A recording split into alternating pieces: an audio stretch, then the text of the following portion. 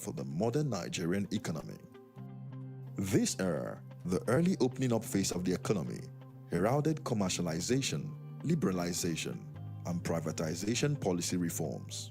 See, NESG's, should I say the philosophy or the concept we adopted universally also influenced subsequent regulations and legislation. But they did so in a manner that was almost difficult to discern. I give an example. There are several laws that came out: Pension Reform Act, Central Bank Autonomy.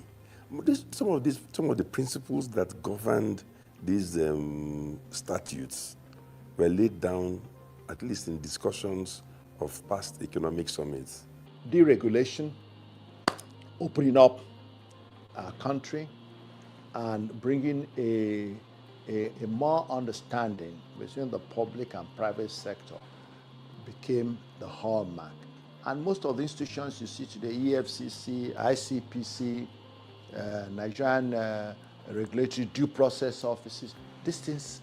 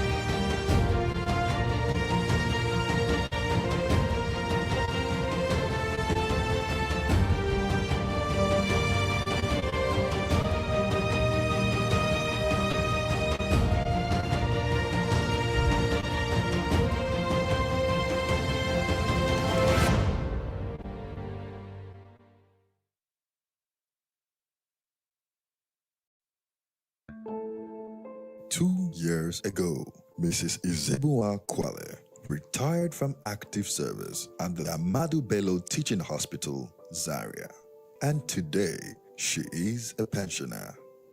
Her story is different from the many ones we hear about who have given many years of meritorious service to their various organizations but have been unable to access their pensions.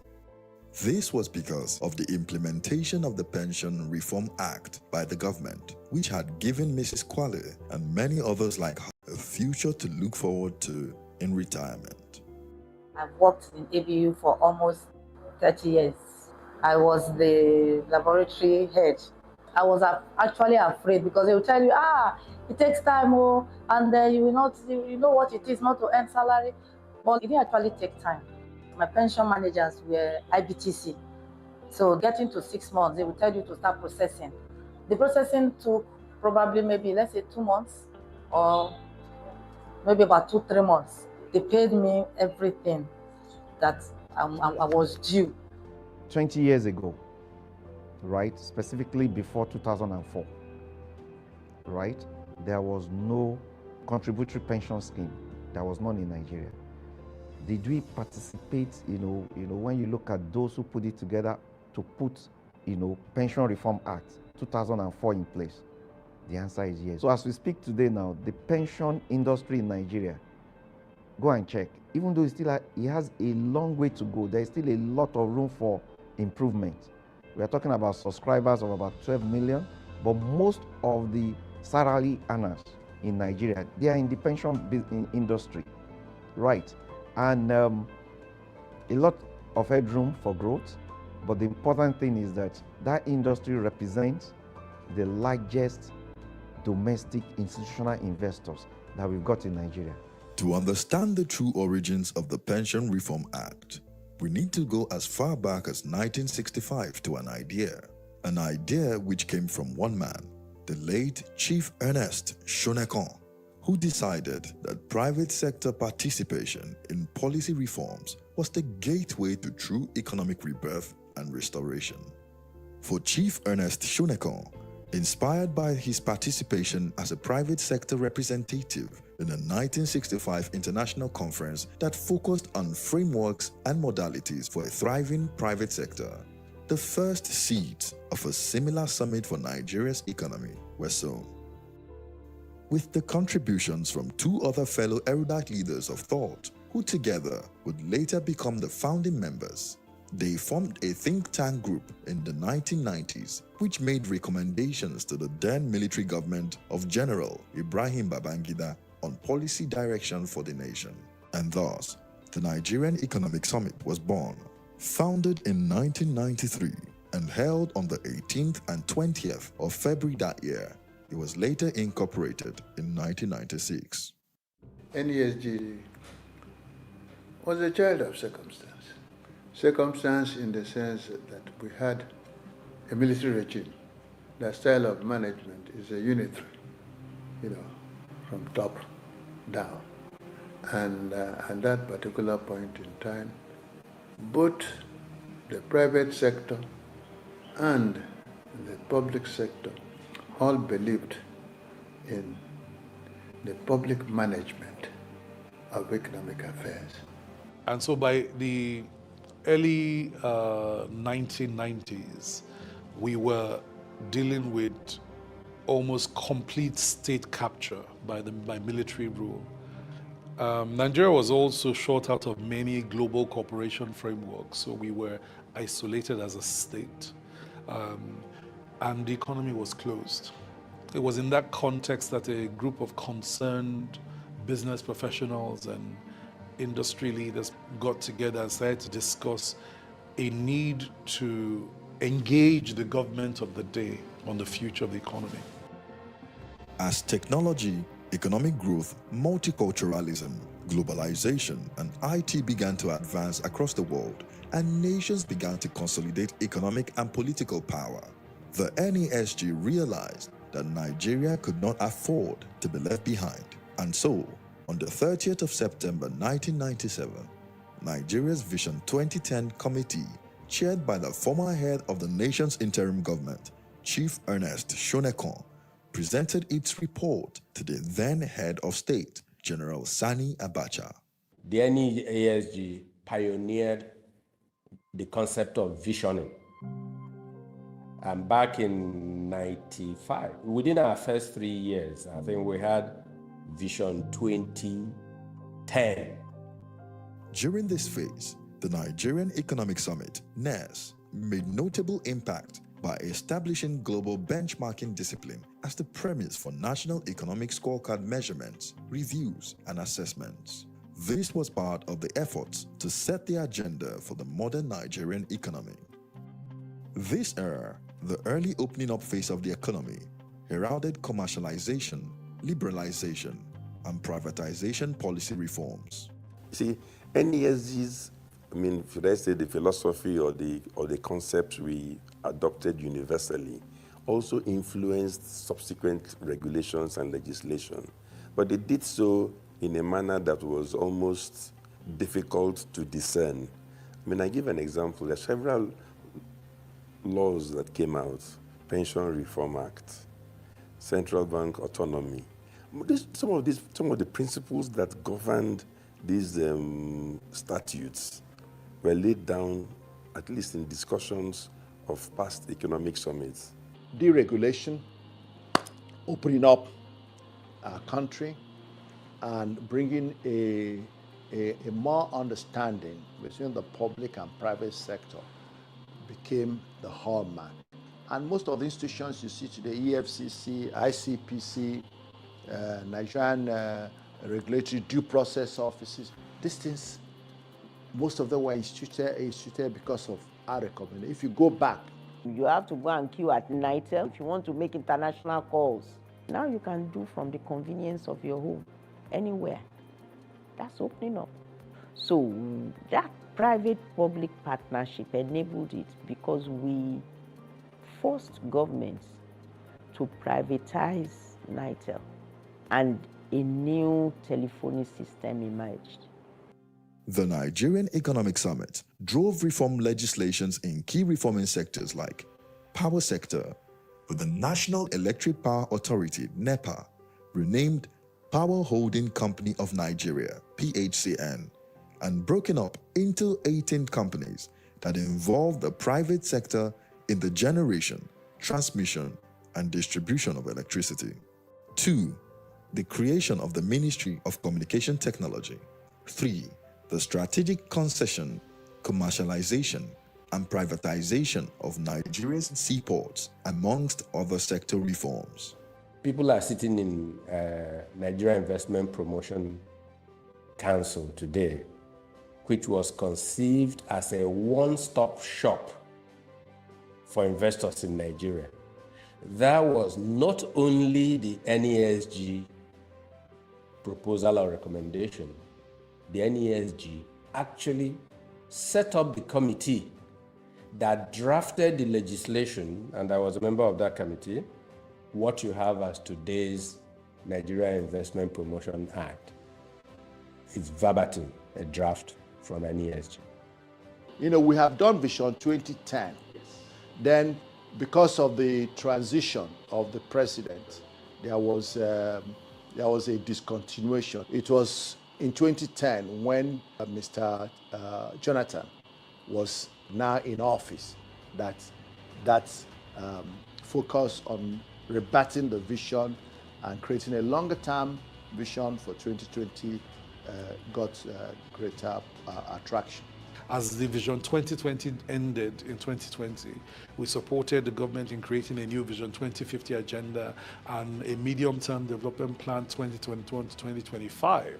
So NESG has played an important role in catalyzing the ideas that inform our agenda, and by holding a scorecard up to show where we are. As it marks its 30th year anniversary, the Nigerian Economic Summit will continue to push the boundaries of impact-driven, evidence-based policy reforms and implementation across all the sectors, establishing clear reform priorities for the Nigerian economy. And with the help of dedicated, patriotic, private and public sector professionals, its vision of becoming Africa's leading private sector think tank, committed to the development of a modern, globally competitive, and inclusive Nigerian economy, is beginning to align with the desires of every Nigerian for a better, fulfilling, productive, and prosperous life now and in the future.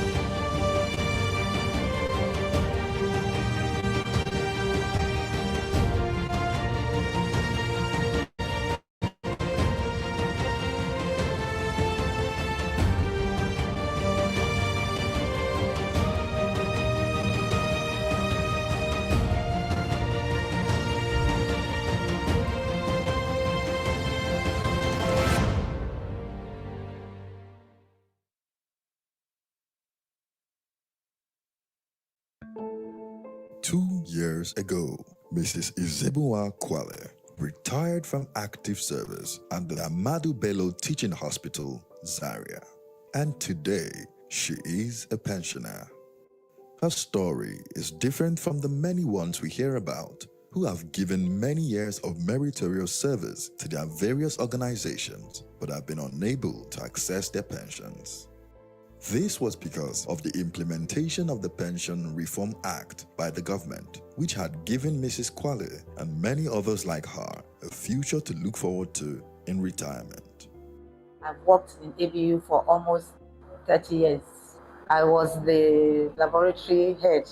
I was actually afraid because they will tell you, it takes time, and then you will not, you know what it is not to earn salary. But it didn't actually take time. My pension managers were IBTC. So getting to 6 months, they will tell you to start processing. The processing took probably maybe, let's say 2 months or maybe about 2-3 months. They paid me everything that I was due. 20 years ago, right? Specifically before 2004, right? There was no country pension scheme. There was none in Nigeria. Did we participate, when you look at those who put it together to put, Pension Reform Act 2004 in place? The answer is yes. So as we speak today now, the pension industry in Nigeria, go and check. Even though it has a long way to go, there is still a lot of room for improvement. We are talking about subscribers of about 12 million, but most of the salary earners in Nigeria, they are in the pension industry, right? And a lot of headroom for growth, but the important thing is that industry represents the largest domestic institutional investors that we've got in Nigeria. To understand the true origins of the Pension Reform Act, we need to go as far back as 1965 to an idea which came from one man, the late Chief Ernest Shonekon, who decided that private sector participation in policy reforms was the gateway to true economic rebirth and restoration. For Chief Ernest Shonekon, inspired by his participation as a private sector representative in a 1965 international conference that focused on frameworks and modalities for a thriving private sector, the first seeds of a similar summit for Nigeria's economy were sown. With the contributions from two other fellow erudite leaders of thought, who together would later become the founding members, they formed a think tank group in the 1990s which made recommendations to the then military government of General Ibrahim Babangida on policy direction for the nation. And thus, the Nigerian Economic Summit was born, founded in 1993 and held on the 18th and 20th of February that year. It was later incorporated in 1996. NESG was a child of circumstance. Circumstance in the sense that we had a military regime. The style of management is a unitary, from top down. And at that particular point in time, both the private sector and the public sector all believed in the public management of economic affairs. And so by the early 1990s, we were dealing with almost complete state capture by military rule. Nigeria was also short out of many global cooperation frameworks, so we were isolated as a state, and the economy was closed. It was in that context that a group of concerned business professionals and industry leaders got together and started to discuss a need to engage the government of the day on the future of the economy. As technology, economic growth, multiculturalism, globalization, and IT began to advance across the world, and nations began to consolidate economic and political power, the NESG realized that Nigeria could not afford to be left behind. And so, on the 30th of September 1997, Nigeria's Vision 2010 Committee, chaired by the former head of the nation's interim government, Chief Ernest Shonekon, presented its report to the then head of state, General Sani Abacha. The NESG pioneered the concept of visioning. And back in 95, within our first 3 years, I think we had Vision 2010. During this phase, the Nigerian Economic Summit, NES, made notable impact by establishing global benchmarking discipline as the premise for national economic scorecard measurements, reviews, and assessments. This was part of the efforts to set the agenda for the modern Nigerian economy. This era, the early opening up phase of the economy, heralded commercialization, liberalization, and privatization policy reforms. See, NESG's, should I say the philosophy or the concepts we adopted universally also influenced subsequent regulations and legislation. But they did so in a manner that was almost difficult to discern. I give an example. There are several laws that came out, Pension Reform Act, Central Bank Autonomy, some of the principles that governed these statutes were laid down, at least in discussions of past economic summits.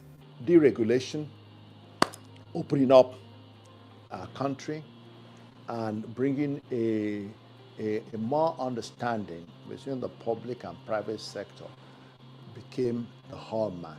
And most of the institutions you see today, EFCC, ICPC, Nigerian Regulatory Due Process Offices, these things, most of them were instituted because of our recommendation. If you go back, you have to go and queue at NITEL if you want to make international calls. Now you can do from the convenience of your home, anywhere. That's opening up. So that private-public partnership enabled it because we forced governments to privatize NITEL, and a new telephony system emerged. The Nigerian Economic Summit drove reform legislations in key reforming sectors like power sector, with the National Electric Power Authority, NEPA, renamed Power Holding Company of Nigeria, PHCN, and broken up into 18 companies that involve the private sector in the generation, transmission, and distribution of electricity. 2. The creation of the Ministry of Communication Technology. 3. The strategic concession, commercialization, and privatization of Nigeria's seaports, amongst other sector reforms. People are sitting in Nigeria Investment Promotion Council today, which was conceived as a one-stop shop for investors in Nigeria. That was not only the NESG proposal or recommendation. The NESG actually set up the committee that drafted the legislation, and I was a member of that committee, what you have as today's Nigeria Investment Promotion Act. It's verbatim, a draft from NESG. You know, we have done Vision 2010. Yes. Then, because of the transition of the president, there was a discontinuation. It was in 2010 when Mr. Jonathan was now in office that focus on rebutting the vision and creating a longer-term vision for 2020 got greater attraction. As the Vision 2020 ended in 2020, we supported the government in creating a new Vision 2050 agenda and a medium-term development plan 2021 to 2025. So NESG has played an important role in catalyzing the ideas that inform our agenda, and by holding a scorecard up to show where we are. As it marks its 30th year anniversary, the Nigerian Economic Summit will continue to push the boundaries of impact-driven, evidence-based policy reforms and implementation across all the sectors, establishing clear reform priorities for the Nigerian economy. And with the help of dedicated, patriotic, private and public sector professionals, its vision of becoming Africa's leading private sector think tank, committed to the development of a modern, globally competitive, and inclusive Nigerian economy, is beginning to align with the desires of every Nigerian for a better, fulfilling, productive, and prosperous life now and in the future.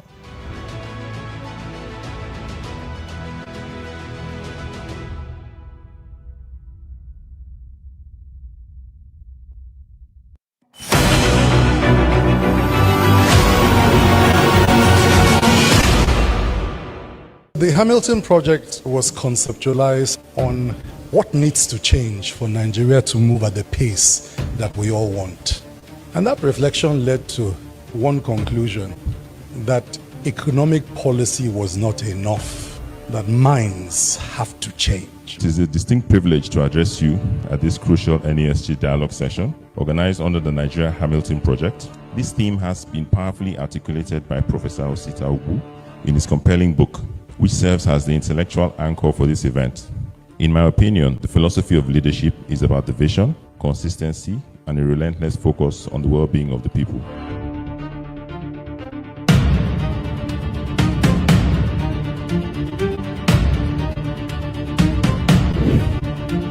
I just want to begin by asking you, what motivated you to write this particular book?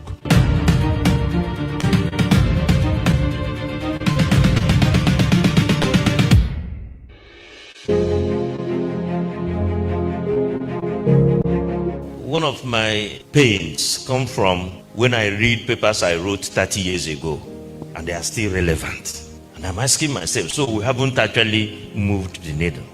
So I started examining what leaders bring into office. What kind of philosophy, what orientation, what ideology, what values, what knowledge do they come with? And I discovered this was extremely important. You know, development involves actually actions from the citizens, but it is leaders that will stimulate that action from the things they do and the framework they provide. So that's what led to the book.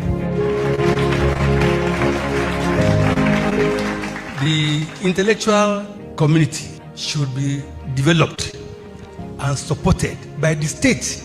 The attitude of a leader must be one that embraces knowledge and is thirsty to actually know more and is prepared to support people who will be generating that knowledge unconditionally. If it could just be said of us, that country is a country of laws, the law-abiding people. So once you break the law, you can't go to any KBC or any Oba to go and beg. You will deal with the consequences. There will be no discussions about what your ethnicity is. You have just broken the law, and the law will take its course. I think that is an idea around which we can take our first tentative steps into ideology for national development before we start going into the development of the people. Answer one question for me, Prof. Which one comes first? Achieving transformation or reducing inequality? The transformation you pursue must address inequality.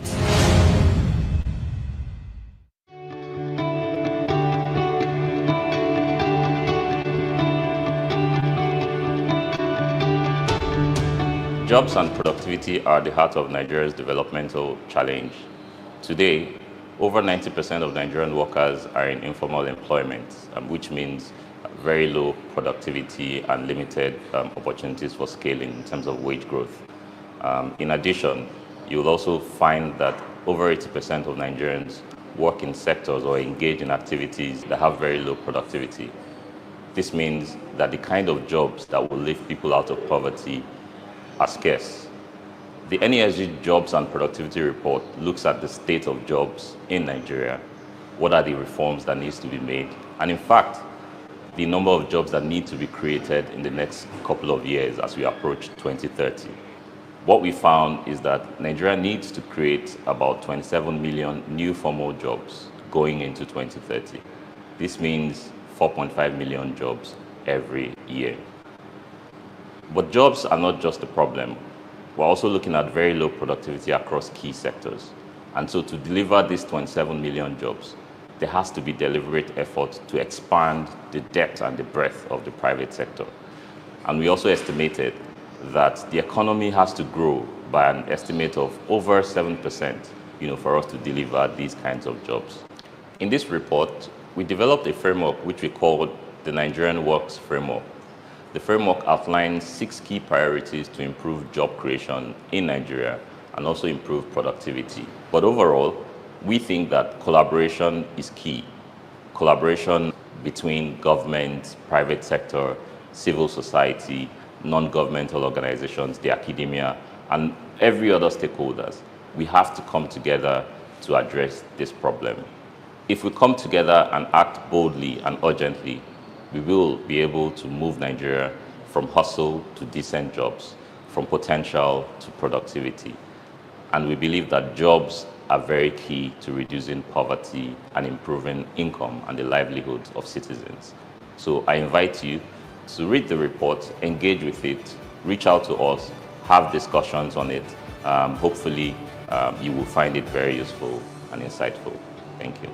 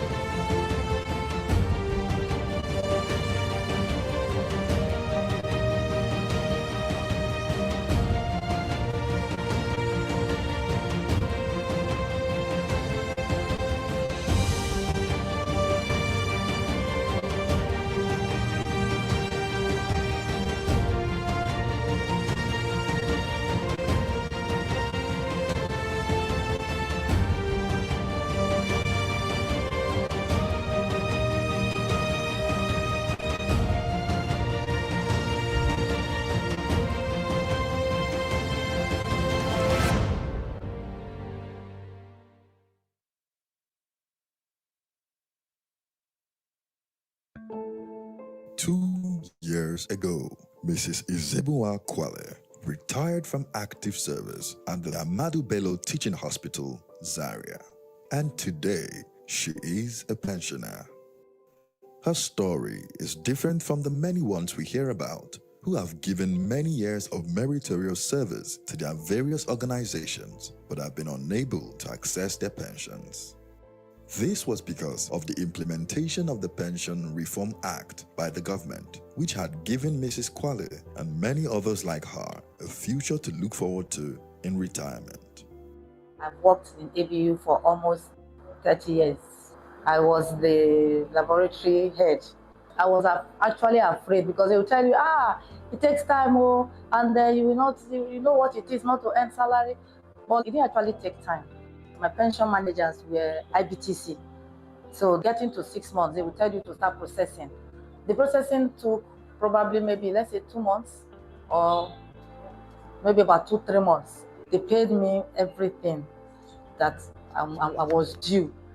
20 years ago, right, specifically before 2004, right, there was no contributory pension scheme. There was none in Nigeria. Did we participate, when you look at those who put it together to put, Pension Reform Act 2004 in place? The answer is yes. So as we speak today now, the pension industry in Nigeria, go and check. Even though it has a long way to go, there is still a lot of room for improvement. We are talking about subscribers of about 12 million, but most of the salary earners in Nigeria, they are in the pension industry, right?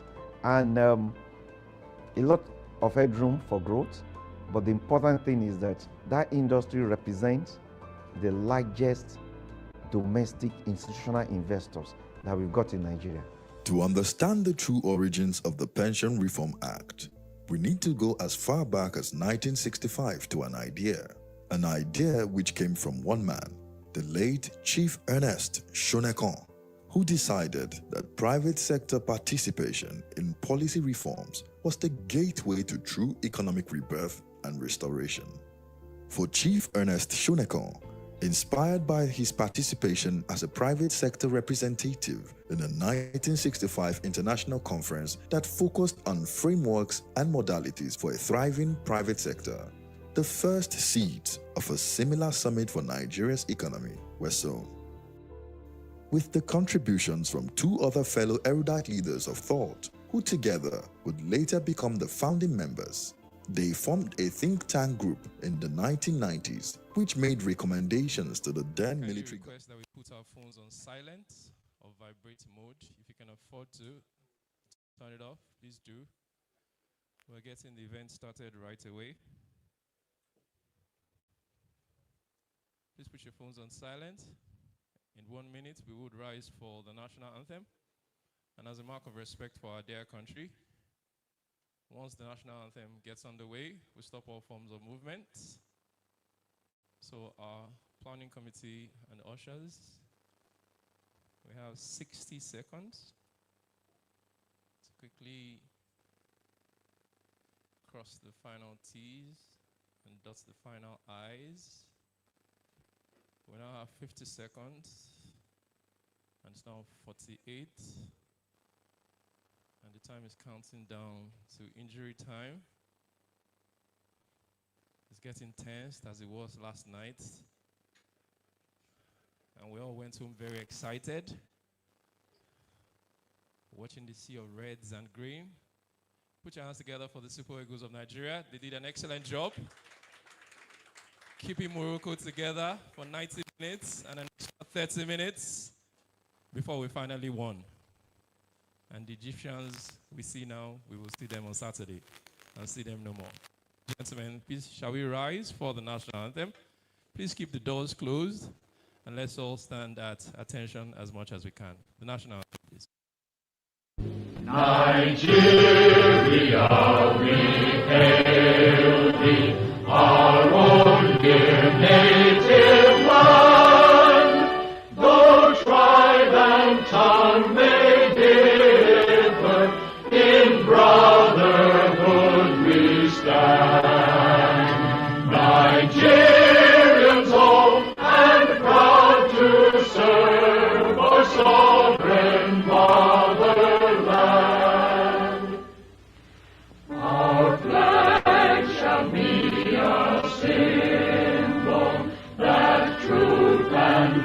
justice reign, in peace or battle honored, and this we count as gain. To hang on to our children a banner without stain. O God of all creation, grant this our one request. Help us to build a nation where no man is oppressed. And so with peace and plenty, Nigeria may be blessed. Thank you. Please be seated. Thank you. Thank you once again. My name is Babajide Benson. Welcome to the launching of the NESG Macroeconomic Outlook Report for 2026 with the theme Consolidating Economic Stabilization Gains, Pathway to Sustainable Growth in Nigeria.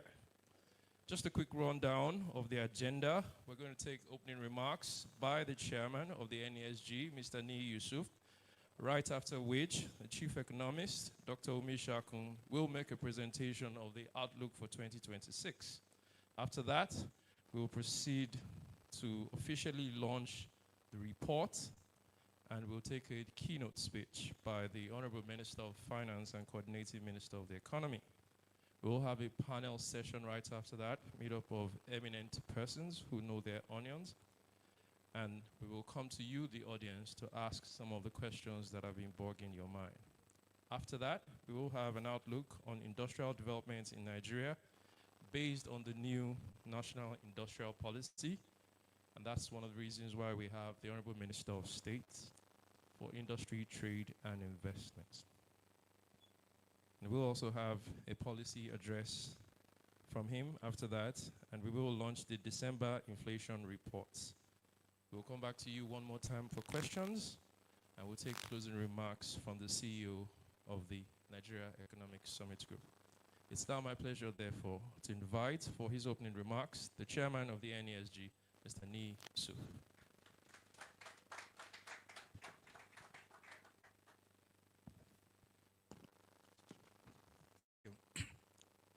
Good morning, everyone. Honorable ministers, heads of ministries, departments, and agencies of government, captains of industry, directors of the NESG, members of the international community, other members of the NESG, members of the press, distinguished ladies and gentlemen. It gives me immense pleasure, or first, Happy New Year, actually. It's still January, and this is our first convening this year. So we all pray for a joyous, successful, and fulfilling 2026. It gives me great pleasure to welcome you all to this 2026 Macroeconomic Outlook launch, organized by the Research Department of the Nigeria Economic Summit Group. The timing of this launch is deliberate. The report is not intended as a forecast in isolation, but as a strategic lens through which to assess where the Nigerian economy stands today, how far we have come, and what the next phase of reform must deliberately achieve. Nigeria has just emerged from one of the disruptive adjustment periods in its recent economic history. At the NESG, we frame the reform journey through a stabilization, consolidation, and acceleration continuum. And we think what we've done now is stabilization, and we now need to focus on consolidation. Economic transformation is not just an event. It is a sequenced and perpetual progress. Skipping steps may come at a cost, and confusing one phase for another may lead to policy inconsistency and reform fatigue. The Nigerian economy in 2024 to 2025 was defined by adjustments and corrections. Major structural reforms were undertaken to address long-standing distortions in the foreign exchange market, in energy pricing, and of course, in terms of monetary conditions. These reforms were not painless, but they were unavoidable. They represented the stabilization phase of our reform journey. Stabilization, as we know, is not a temporary fix. It is a foundational phase focused on restoring macroeconomic stability and also reducing systemic volatility. In Nigeria's context, this meant confronting inflationary pressures, exchange rate instability, and of course, fiscal imbalances in order to maintain a floor for robust economic activity. Drawing on the performance of the economy in 2025, important signals of stabilization has begun to emerge. Nigeria's macroeconomic conditions reflected a gradual transition from reform-induced dislocation towards stabilization, though there are structural weaknesses. Real GDP growth strengthened to 3.8% in the first 9 months of last year, up from 3.2% in the same period of 2024, with quarterly momentum improving mid-year. Growth remains services-driven, with the sector accounting for nearly 60% of GDP, led by financial services, transport, and ICT. However, trade activities underperformed, reflecting weakened household purchasing power. Industrial output accelerated to nearly 5% growth, supported by oil and gas recovery and construction activities, but manufacturing remains subdued, largely constrained by high energy costs. FX assets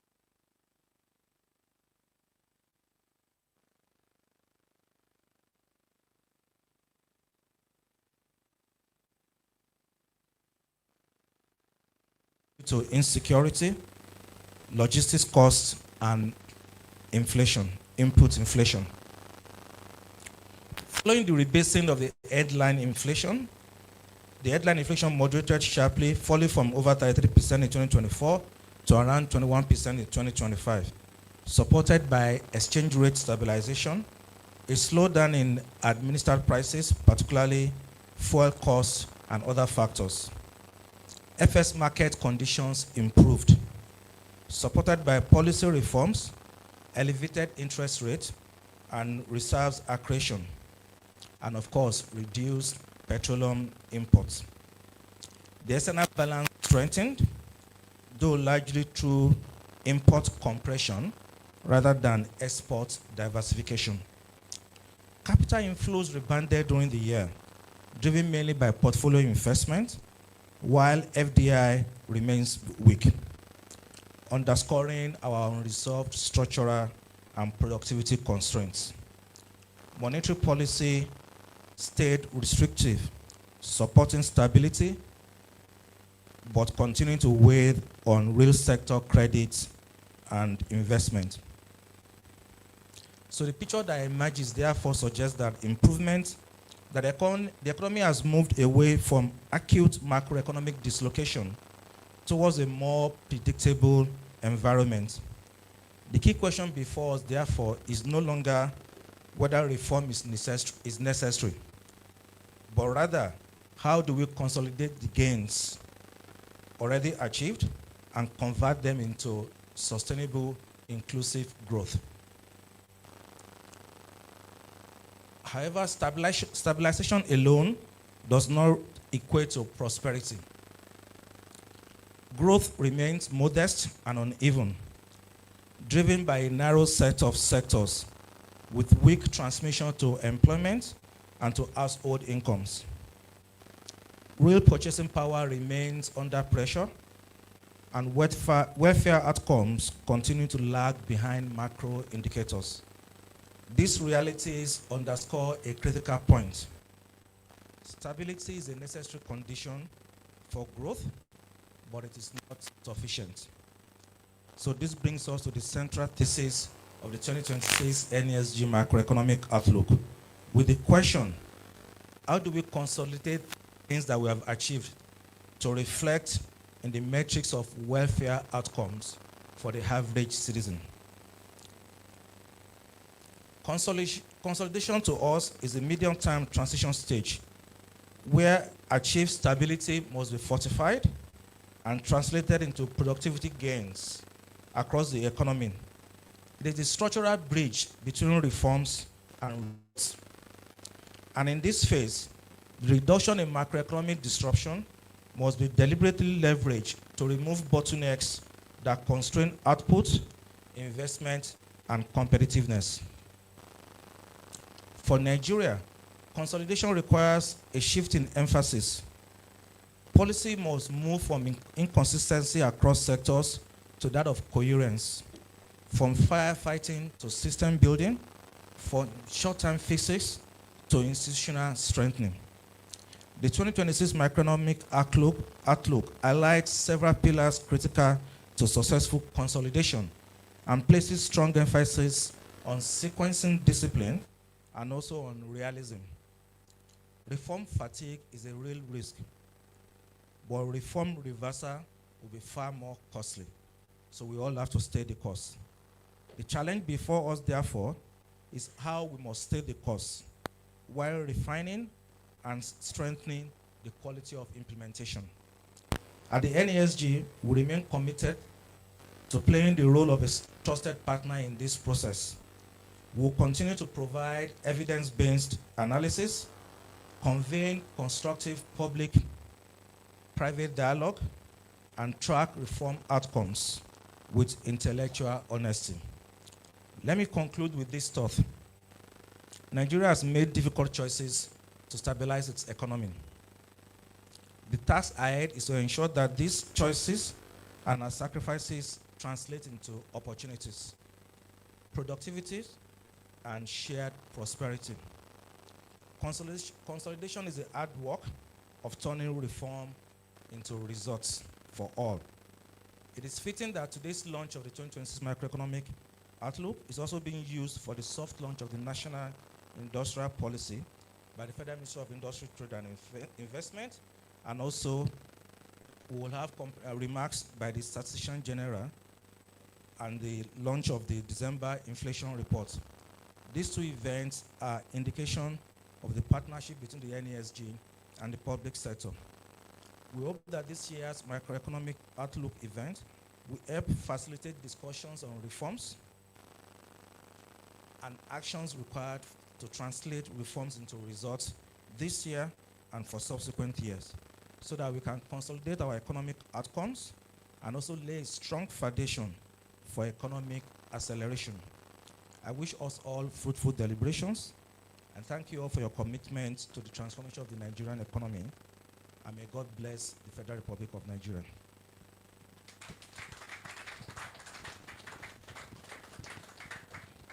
May God indeed bless the Federal Republic of Nigeria. Reform fatigue is a real risk, but reform reversal is far worse. That's my key takeaway from Mr. Yusuf's speech. We can't afford to turn back the hands of time. I'd like to take a moment to acknowledge the presence of our online guests. We don't take it for granted. A quick rundown. Aisha Dabo, Alice Saleh, Alice Jabugbe, Alista Bull, we recognize you, Anastasia Nebulisa, Awal Dabo, Buhari Alpha, Daniel Kayode, Dimeji Ladipo, Dotun Balogun, Dr. James Abalaka, Efyong Akban, and Gaswind Enterprises. We recognize all of you. We recognize Olubukola, Moronkola, Ola Sonny, Ola Dele Ujo, Paul James, Peter Sharafa Ayola, Sedifi, Timitokwe Julius, Tengi George Koli, Toby, Torira, Arile Wala, Yankes Ekanem, and Yusuf Hassan Wada. Thank you all very much. We acknowledge your presence by being with us online. Ladies and gentlemen, the Outlook presentation for 2026, Dr. Olusegun Omishakin, Chief Economist and Director of Research.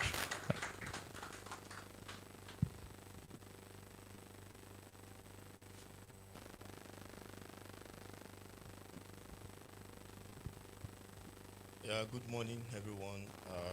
All protocols observed. I think in addition to what the chairman presented, the question that we will be very ready to look at is where do we go from here? I remember in 2023, we were right here in the midst of economic crisis. And the major question we were looking at then was, what do we do to turn things around? In 2024, at the NESG, we also developed a framework to track our progress. The framework is not just about telling us the data on the macro or other sectoral issues, but to track our progress and to reveal where we are likely going to land. We think this will be very important for policy monitoring, and it will be very important for us to develop something that is robust and that projects as to where the vision is. We are happy, but the challenge now is that we are no more in a state of crisis, as referenced by the chairman. But then the present situation gives us the opportunity to look critically as to how do we optimize the gains we've seen so far, and how will this help us to launch from where we were staying before and to the goal we're looking at. So obviously we are in a consolidation period. Let's put it this way. Pre-2023 till late 2023, we were in a case as a nation where what to do then seems to be very, very huge. There were different ideas throwing, people were suggesting so many things that we could do as a nation to move forward. Currently, now we're in 2024 to 2025, different policy implementations and reforms that were experimented with during this period began to manifest. So we see some gains in 2025, especially. Now we are in 2026.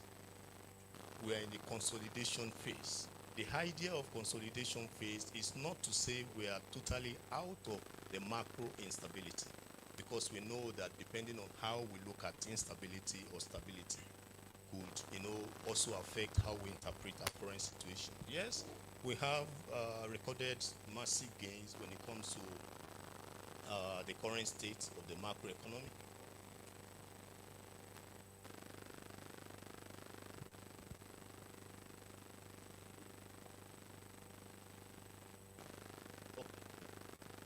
We have registered,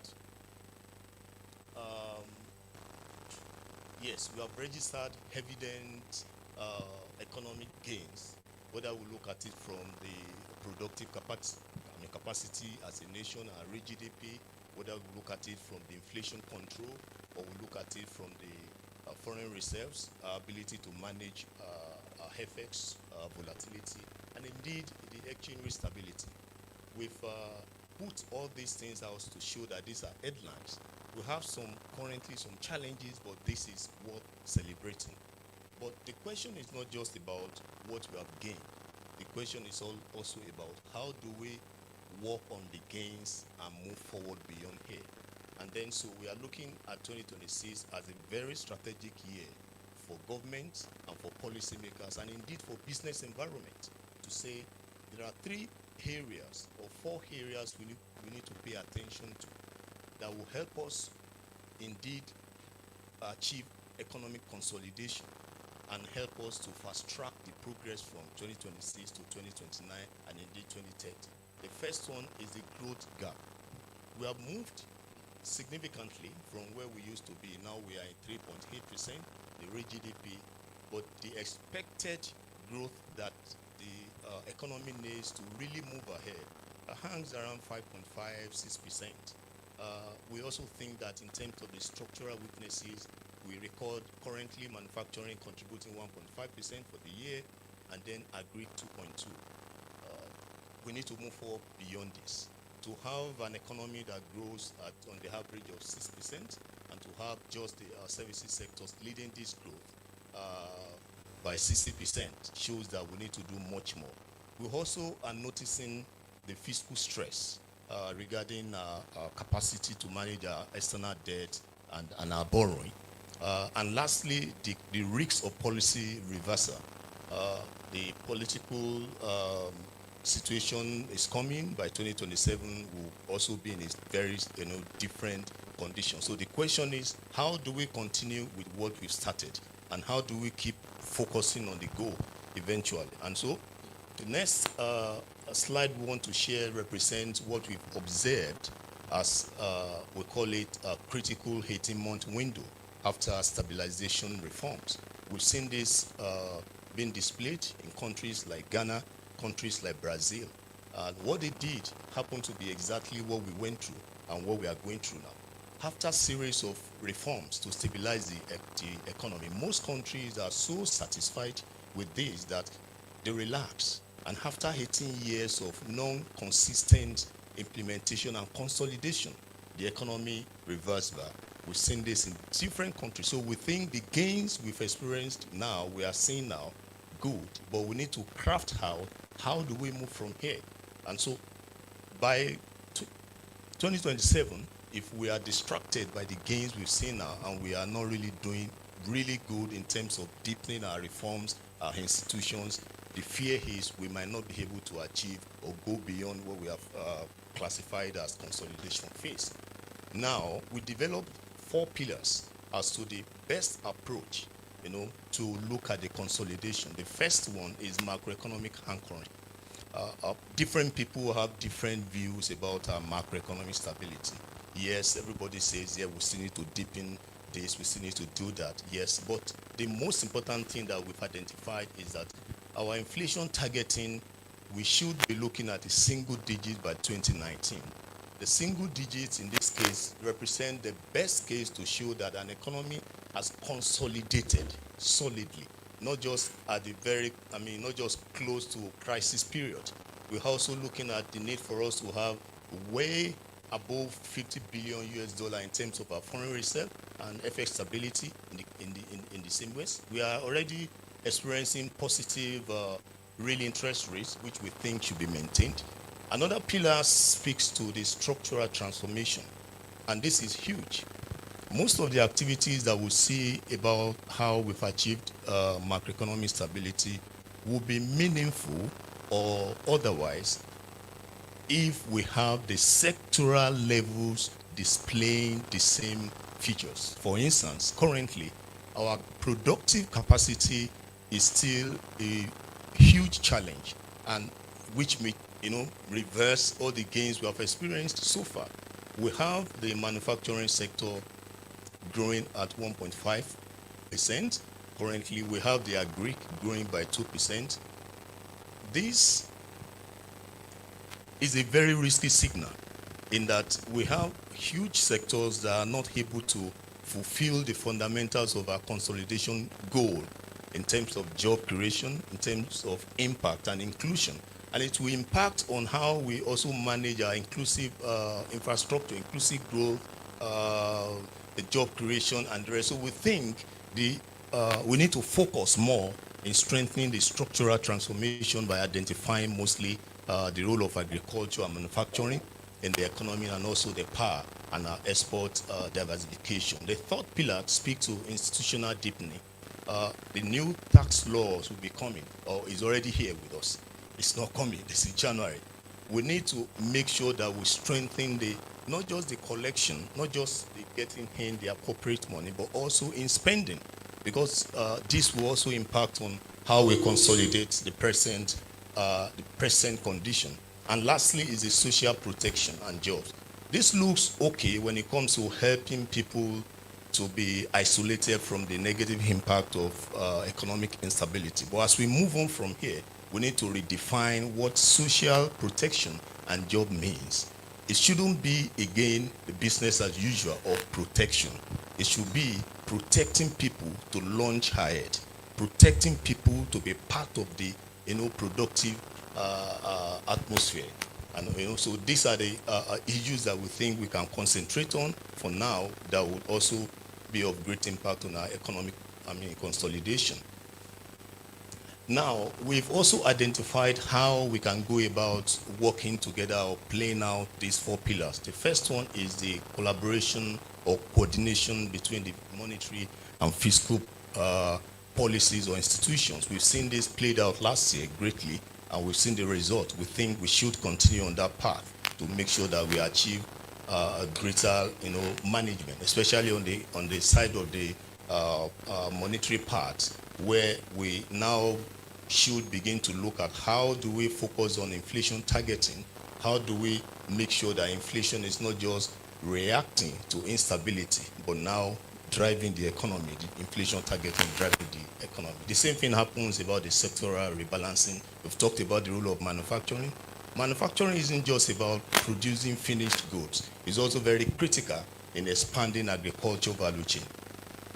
Agri cannot go anywhere when our industries are not doing fine. So it's a very strategic sector in the economy that we really need to look into. And the last one is institutional consolidation. Now, in the area of private sector imperatives, we can have reforms, we can have policies, but again, the signals and the readiness of private sector in driving this is very important. And that's why we've identified just three. We are hammering again on manufacturing expansion and agri value chain, given the fact that these sectors are so critical, not just in the state of the Nigerian economy, but globally. Evidence suggests that countries that consolidate and grow indeed are playing along the capacity they have in manufacturing and agriculture. There is a need for strong policy that will revive these sectors. To have 2.2 or 2.5 contribution GDP growth of agriculture seems to be we are underplaying our strength and our capacity. So we think we need to look critically at that, and also the financial deepening in terms of the private sector credit expansion, fintech partnerships, risk-sharing facilities, and so many other innovations, and the opportunities are there for us. For instance, if we manage the consolidation process very well, evidence suggests that we can grow the manufacturing sector by 6 to 8%, because if they are well linked with especially agriculture, we can achieve this. Now, we've identified that, of course, there are risks and there are mitigations and so many things that will happen in the process of consolidating the gains we've achieved now. So we've identified what the risks are and how to possibly address them. And the first one is the policy inconsistency. The chairman mentioned that as very, very important. We've also seen that from different experiences and case studies from peer countries, in that most of the time policies are implemented when the crisis is high, or when we achieve gain, most governments relax on the efficacy of that policy. So we think we need to look at the reform fatigue risks. The second is the sectoral constraints, the implementation, especially regarding security in the north and indeed in every part of the country, and the agricultural productivity gap. Mentioned that. And the third one is external shocks. We've seen this year, or last year and this year, how the global dynamics could change the country suddenly. We are in a very dangerous situation. We're just coming out of our economic instability, operating gains. We need to start thinking, what happens this year if the global economy becomes so unstable? For instance, the US and Venezuela, the oil price and oil production implications, how would that impact on our budgets and our expectation as to growth? This is a risk that we think we shouldn't be focused too much into internal factors when we talk about economic stability. We should start looking at what happened outside, so that we can appropriate the gain and get ready for any negative impact. And the last one is the capacity gaps. We want to also advise that we take the issue of tax very seriously in terms of the implementation and the capacity within the institution to carry out what is necessary. And lastly is our macro projection. This year, we've decided to make our projection to be based on what we refer to as consolidation.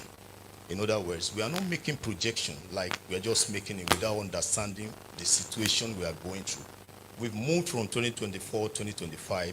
We've achieved tremendous gains. Therefore, the capacity we should start, we should start developing now should be based on what we can do, not just what we need to do now. And so our projection align with what we have in our framework from 2026, 2027 to 2028, and then 2029. Let's concentrate on 2026. By emphasizing the role of agriculture and manufacturing, we think we can do 5.5%.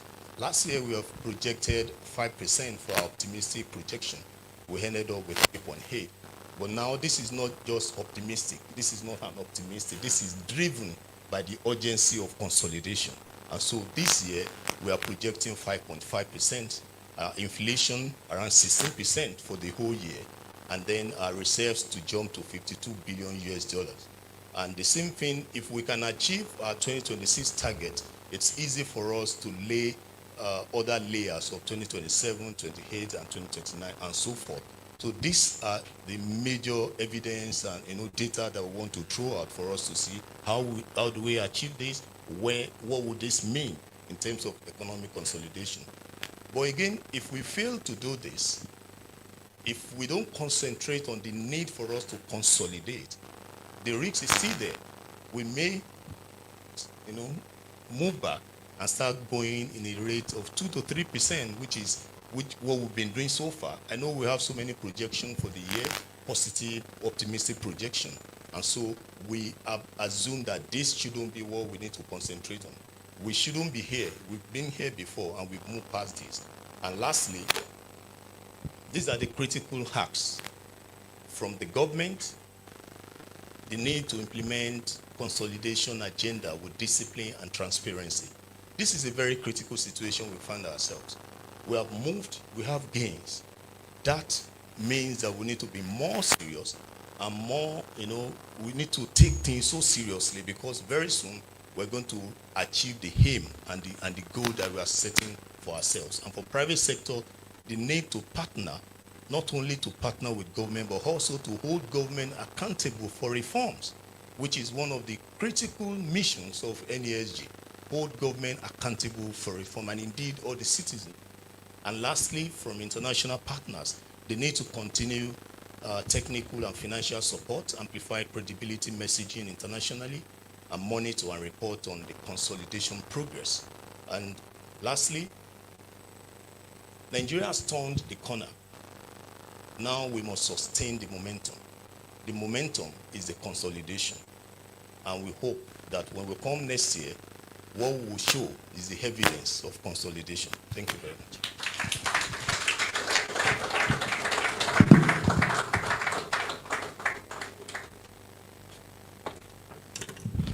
Thank you for an excellent presentation, Dr. Olusegun Umeshaki.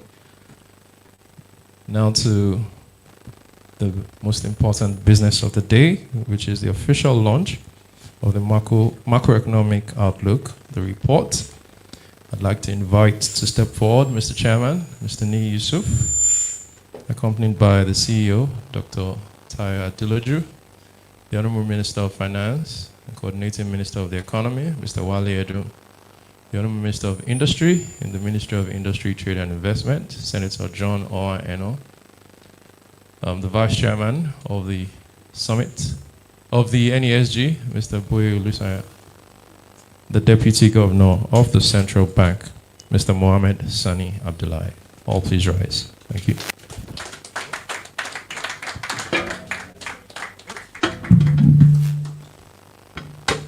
Please mount the stage.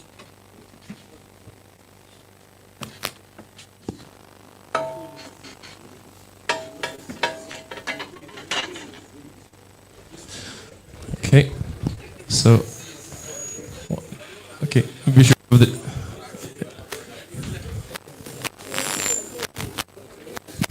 all right, so maybe we should have government on one side and private sector on one side, so that we know that government and private sector are working together. All right, we're already together. All right, so we'll do the, we'll pull it at the, together we'll spell IMF, please. Sorry, representative from the IMF, please join us. And World Bank. IMF and World Bank. One on the other side. Nancy, please. Nancy, Nigeria's #1 business and economy broadcaster. Thank you very much. So we're going to pull this down at the spelling of NESG. Are we ready? Okay, one woman on this side, please. Thank you. Everybody say N. Everybody say E. Everybody say S. Everybody say G. Nothing must be pulled down. Okay. All right. Thank you very much. Thank you. Thank you. So, ladies and gentlemen, please all file forward. We have a copy of the report. You can please stand on the floor now. Chief Economist. Okay. Yes, please stand in front of the podium.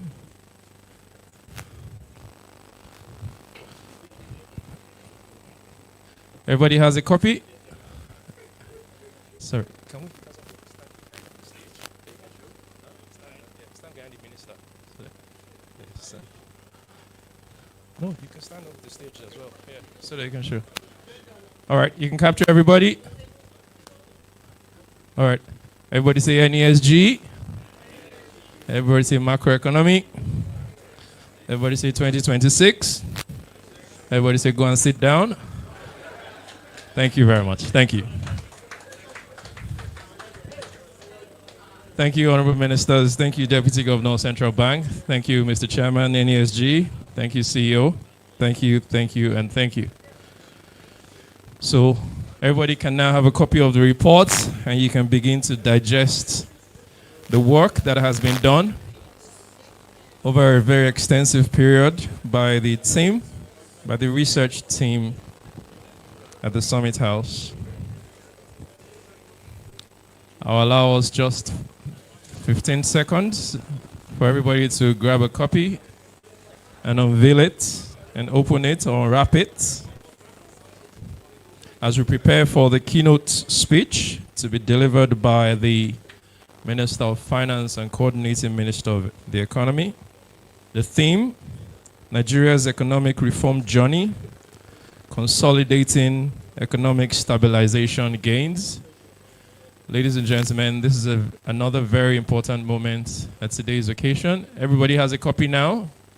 Everybody has unwrapped so that we stop hearing the keen sounds of nylons. Thank you, NTA. Thank you, Channels Television. Thank you, News Central. Thank you, and thank you. It's now my pleasure to welcome the Honorable Minister for Finance and Coordinating Minister of the Economy. Please put your hands together for Mr. Wale Edu.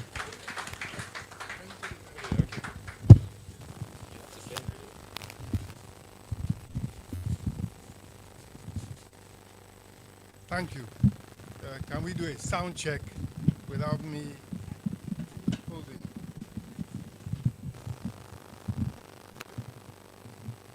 Thank you, and good morning.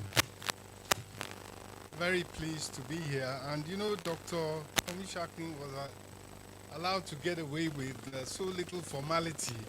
But as a government official, I think I have to do a little bit of that, but I won't take too much time on it. But let me first of all remind us, if I may, that before I proceed, let's recognize the significance of today, January 15th. It is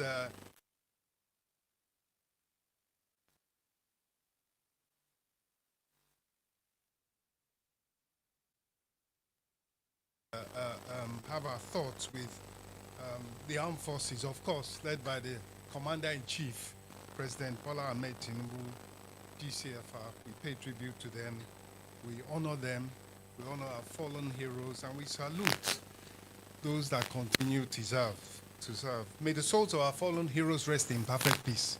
Amen. As you can imagine, with such quality from Mr. Ni Yusuf of NESG, as well as the chief economist, a lot of what needs to be said has really been said. But I will do my own part to give us a sense of maybe going a little bit deeper in some cases regarding the topic of the day, the economic reforms of Nigeria, the journey, the consolidating gains and sustaining momentum. Let me quickly move to a little bit of formality as well. Let me appreciate the chairman, NESG, Mr. Olani Yusuf, the vice chairman, and indeed all the leadership of NESG. And we really extend our appreciation to NESG. It has consistently provided technical support, rigorous policy engagement, and constructive advocacy in Nigeria's economic journey. And we saw the origins with the late, of blessed memory, Chief Ernest Shonekon. But you have NESG remained a critical partner to government through, of course, the annual summits, the policy dialogues, and of course, occasions such as this that help align public policy with the all-important private sector insight. The private sector is 90% of the GDP of Nigeria, and I think that says it all. So I'm honored at this invitation to deliver a few remarks at the launch of the 2026 Macroeconomic Outlook. It is timely, of course, the topic. It does resonate with the priorities of the new renewed hope agenda of the government as articulated by the President Bola Ahmed Tinubu, most recently in his 2026 budget speech. And as a coordinating minister of the economy, working with my colleagues across government, my job is to ensure that macroeconomic reform translates into tangible benefits and improvements in the lives of Nigerians, improved availability and affordability, of course, of food, expanded access to housing, affordable mortgages. Mortgages now being issued at less than 10% interest, which is of note at this particular time of relatively high interest rates. Of course, as was alluded to, reliable electricity to power homes and industry, and modern road infrastructure that connects people, connects markets, connects regions, and of course, the efficient delivery of social protection, of direct benefits to, in particular, the most vulnerable. These priorities set by Mr. President himself do anchor our economic agenda. We've heard that 2026 is a pivotal year.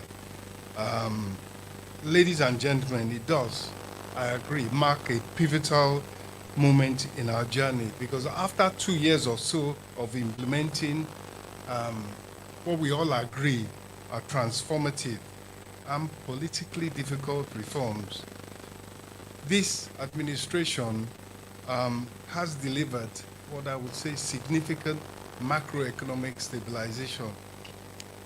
We saw the character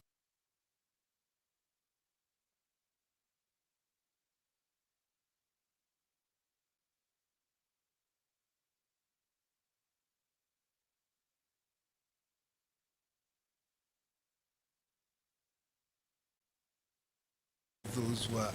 And that has followed, we feel, stabilization. When you look at the growth trajectory, when you look at the success in terms of the monetary aggregates, that we feel is a sense of stabilization. And we can talk about it, whether it's consolidation, whether it's but the key thing is that after these years of economic progress, let me say, we are now at the threshold of stabilization, consolidation, but it's a phase that demands resolve, discipline, and policy consistency as we go forward. And the central message is that Nigeria cannot afford to pause, cannot afford to retreat, cannot afford to sleep. And that's a big undertaking. And success here will determine whether stability is converted into sustained growth, whether growth delivers productive jobs, and whether poverty is reduced at scale. If you look at the figures that we were given just now by the chief economist of NESG, he said reduction. He said 100 million and an arrow going down. I interpret it as lifting 100 million Nigerians out of poverty before the end of the decade. That's what the figure he gave us, and I think it's a worthy target. So we need to position Nigeria firmly as a competitive regional and global player, capable of feeding itself, housing itself, and of course, of powering the Nigerian economy. So, what has happened so far? I think I don't need to dwell too long on the past, but we do have, as a result of the steps that have been taken, enhanced economic resilience, restored macro stability, and we have created a more transparent and competitive business environment and bolstered investor confidence. And if I was to put it in layman's terms, Mr. President has changed the country. The country used to be one where, as a young person, you look at what is in front of you and you are forced to say there are many distortions. Let me go and attack, and let me go and see if I can benefit from one of them. Whether it's access to foreign exchange at below market rates, one way or the other, directly or indirectly, or access to subsidized petroleum products at one stage or the other of the value chain. That is no more. So the young people of Nigeria now have a much more level playing field. And I think the one thing that we also, in our conversation, need to focus on is the demographics and empowering young people, digitally in particular, to be an important aspect of the global value chain, of the exports that can now be done, export of services across the internet. But just let me say that, of course, we have our development partners here. Our efforts have not gone unnoticed, and we had a very good reception at the World Bank annual meetings last year. And on top of that, we have moved off the grey list. And just yesterday, we moved off the EU, what the EU called, I think they call it the high-risk third countries list. Which means that without that, the EU companies and institutions will be reticent to do business with Nigeria. We are off of that. And of course, we have had the benefit of improved ratings by the various rating agencies. So as we heard earlier, real GDP is up, but also 27 sectors have grown above 3%. So yes, manufacturing and agriculture are not where we want them to be, but 27 sectors have grown. People are finding areas in which to operate and to thrive. And the inflation story, we don't need to say anything more. The graph says it all. Very well done, the monetary authorities, my brother, Governor of Central Bank, and the whole team. And the inflation fight, it's everybody's fight. So as interest rates go up, the manufacturers, the investors feel it, government feels it, because our debt service costs, of course, reflect that. But we all agree that the first fight is the fight against inflation, because that's where, in particular, the common man suffers the most.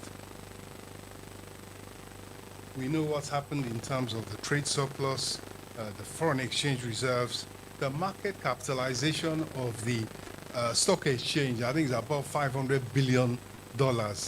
which is a threshold with which they look at for the Morgan Stanley index and to take you seriously as a market. And why that is of particular importance is that when we talk about access to financing, we as Nigerians, we are required and we will have to fund our own businesses.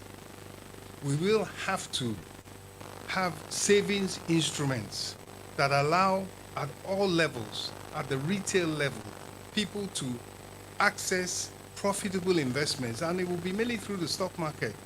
How would someone invest in a Dangote refinery that's coming to the market if not through the stock exchange and probably through a fund that gives them access at a very, very low level to that type of investment that will give unearned income, that will give dividends to them, and thereby provide access for financing across the board.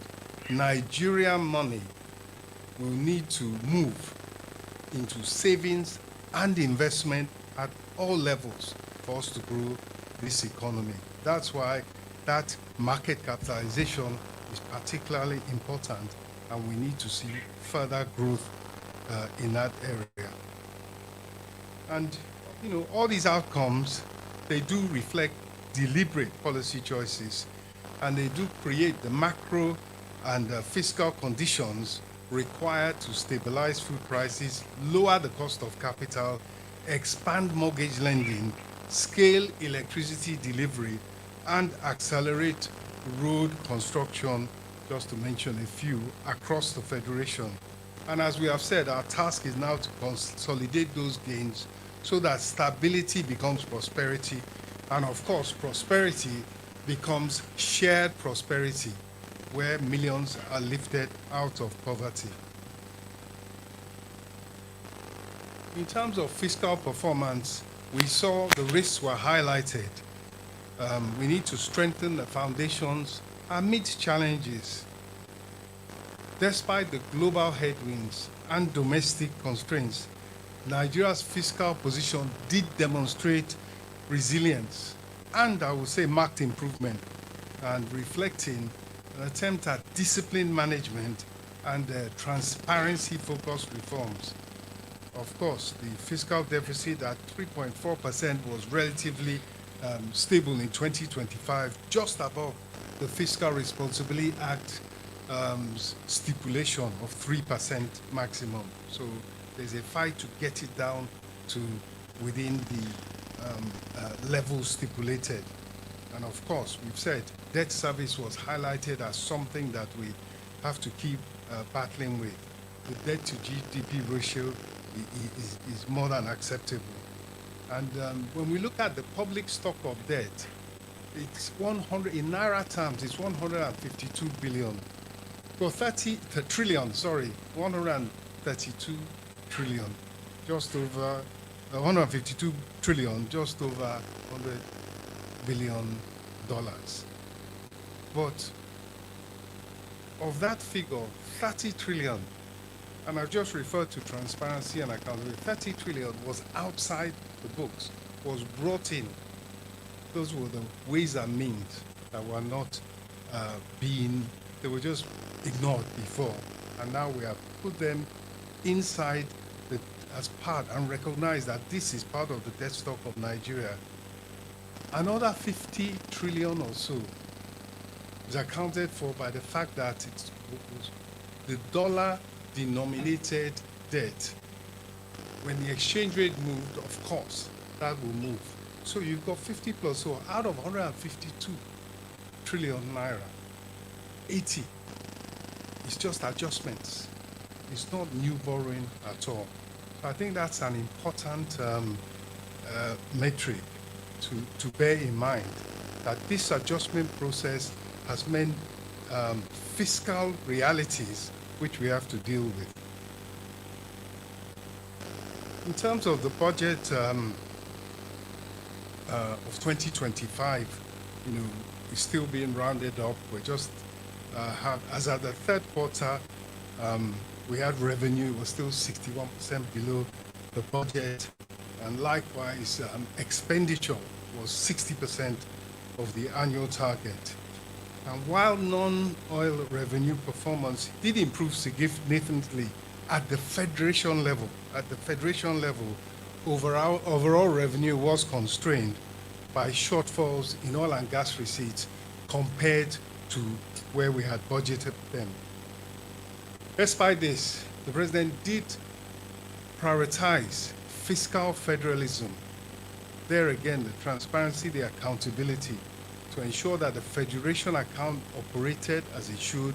What belonged to the states and subnationals went to them. And as we have seen, it significantly strengthened the financial position of states. They run budget surpluses, about 3% budget surplus, and it allows them to be able to do so much in terms of social as well as economic spending, health, education, public services.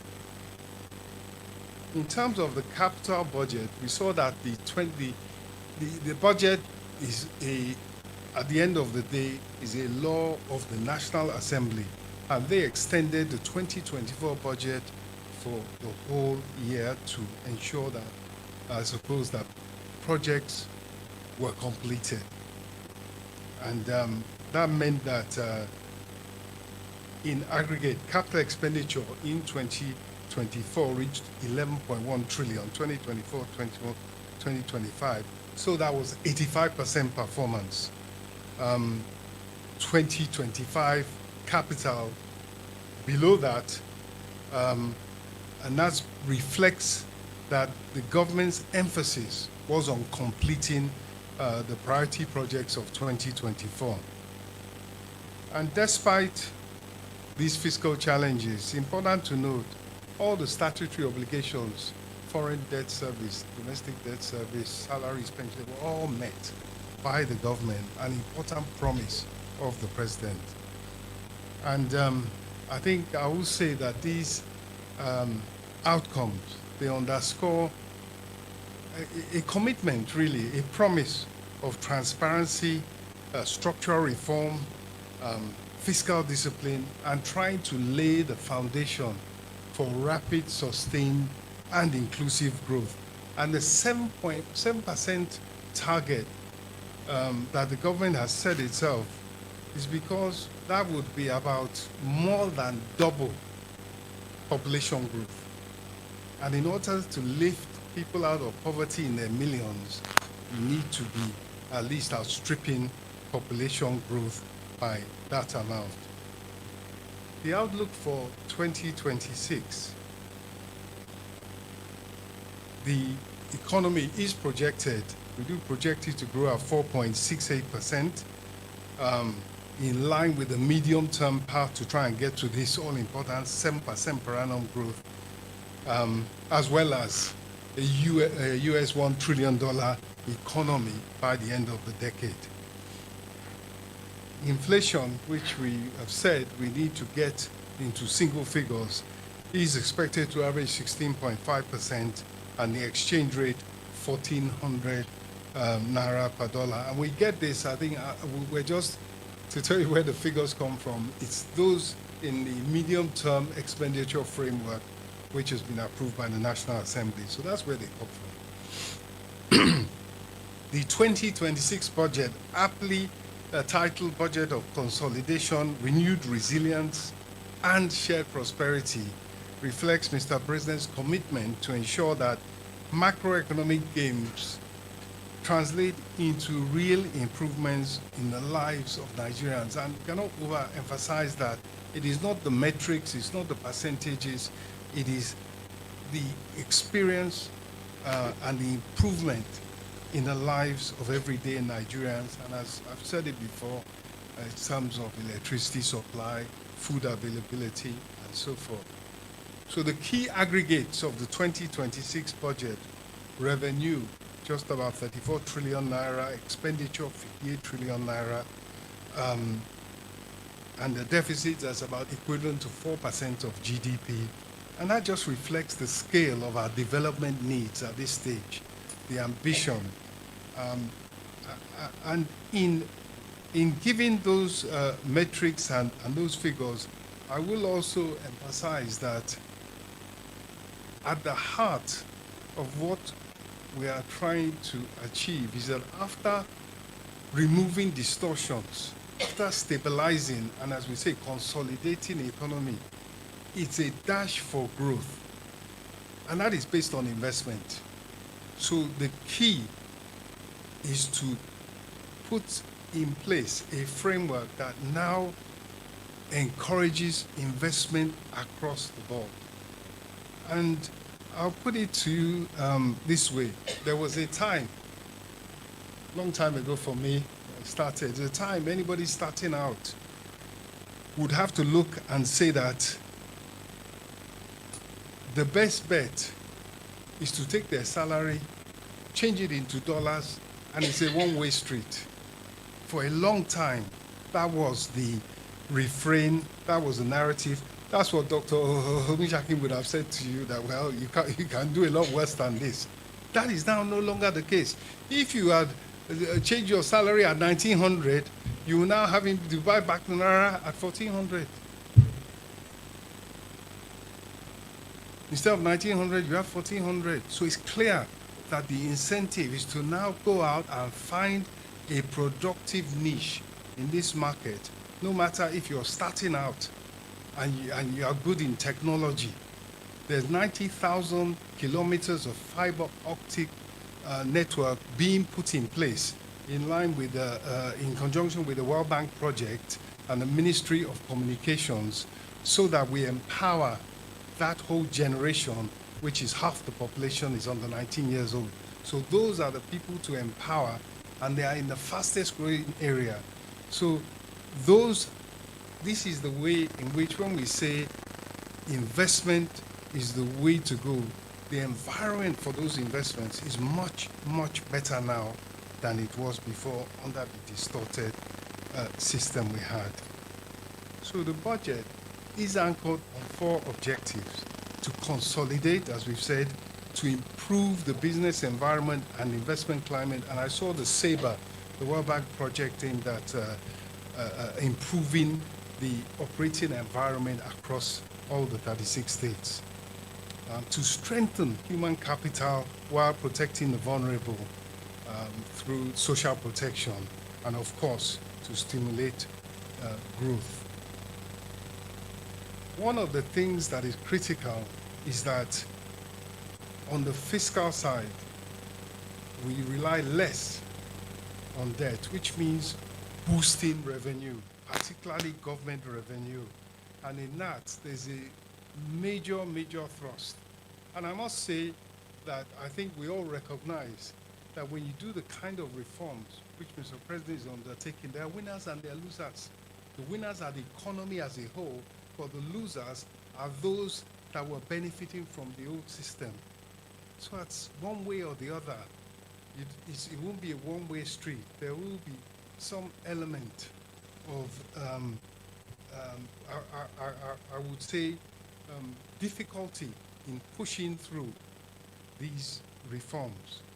But we are digitalizing revenue collection for real-time monitoring, application of technology. Federal Treasury receipts are going to be issued to curb leakages. There's a central billing system that allows full reconciliation. And when you ask me what does that mean, I'll say that when somebody is given an assessment of 100, if they pay 20, unless you have a central billing system that reconciles, it will just say that they are paid. And then unless you have one single receipt that shows how much they paid, you just know that they paid. But now we'll know that they paid 20, and everybody in the organization and they themselves will be chased until they close that balance. That's the difference that this central billing system will make. And also, there are things like direct deductions that are being made to government revenue. Direct deductions before passing on those funds. These are the types of leakages and loopholes that will be blocked and stemmed. And of course, as you have said, that the implementation of the new tax law is aim is to be pro-poor, to broaden the tax base, simplify compliance, and of course, it exempts, and we must remember, it exempts essential items, food items, and small businesses. Let me, before concluding, let me just say that the strategic vision, it's important to say, Mr. President's priorities are the priorities that are being followed.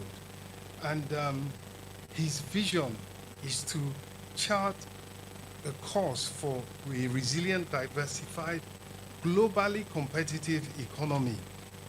With the exchange rate, the way it has moved and the stability that it has, it makes us competitive globally, regionally, and continentally. We have the African Continental Free Trade Agreement. You have the ECOWAS, around 230 million, around I think, 400 million population as a whole. You have 1.3 billion population in the continental market. And we are now competitive to export across the borders, and we need to take advantage of that opportunity. So the priorities in 2026, to enhance competitiveness through sound governance, achieve agricultural productivity and food security.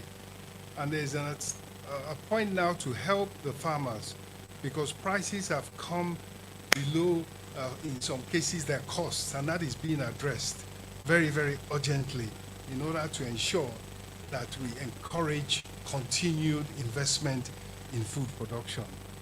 And of course, accelerating infrastructure development and energy security and investment in human capital.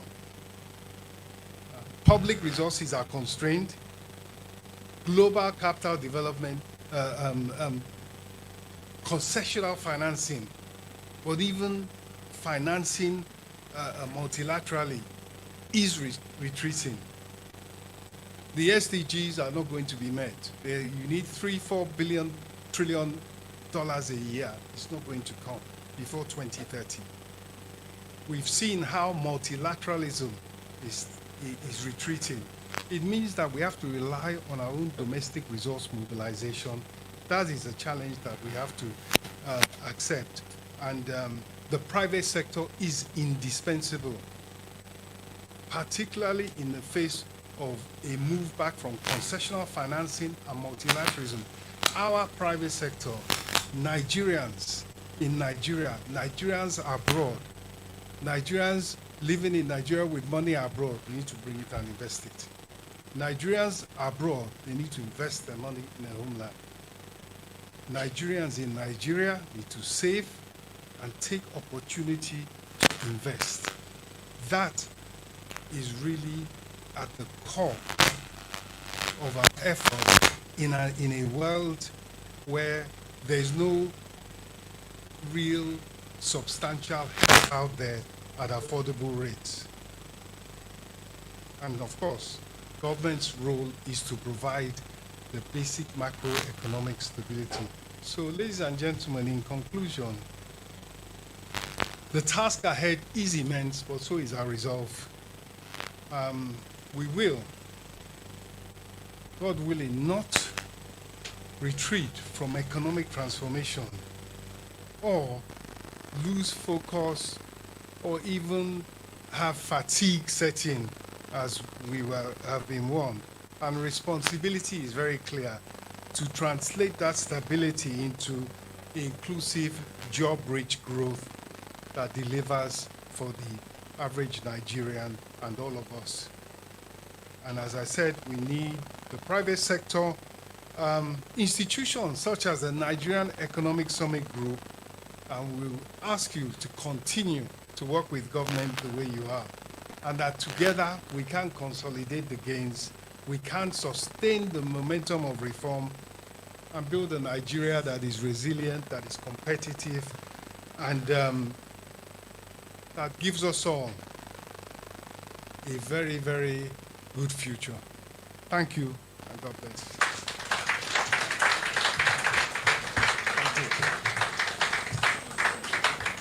Thank you very much, Honorable Minister.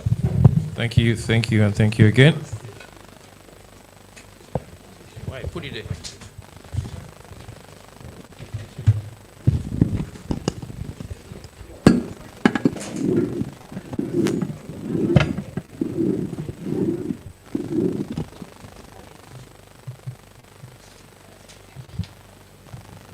That was very much a state of the economy address by the minister. Very well delivered. A dash for growth based on investments. 90,000 kilometers of fiber optics being laid across the country. The SDGs are not going to be met because of the amount of money required to meet it. And so we all have a lot more work to do.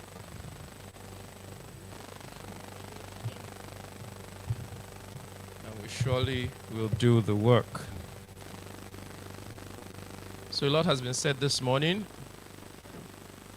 The presentation of the Outlook by the Chief Economist and the keynote speech by the Honorable Minister.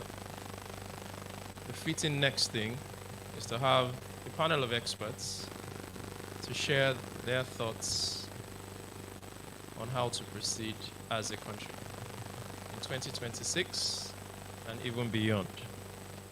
In no particular order of preference or seniority, I'd like to invite our panelists to take their seats. We have Nigeria's country representative for the IMF, Dr. Christian Ebeke.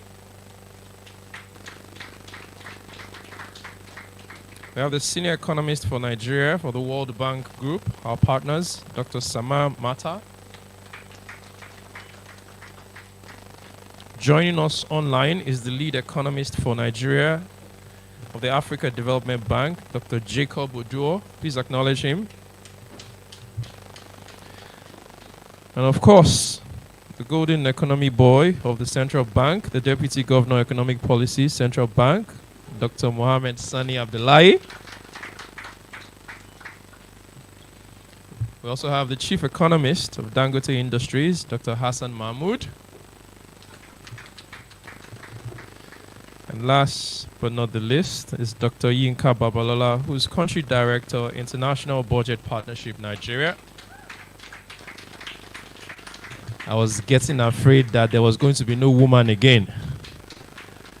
But ladies and gentlemen, blessed are the men amongst women.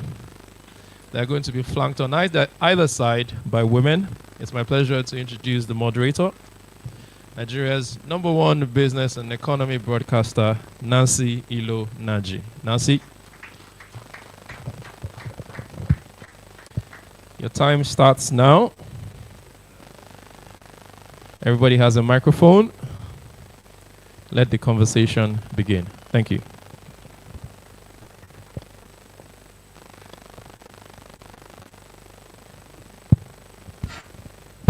Please let's not forget that we have Mr. Jacob joining us online. Dr. Yes. Jacob, thank you.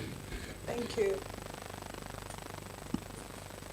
Honorable Ministers, Deputy Governor of the Central Bank of Nigeria, Captains of Industry are here, are present, distinguished guests, ladies and gentlemen, good afternoon, and it's my pleasure to be able to moderate this session.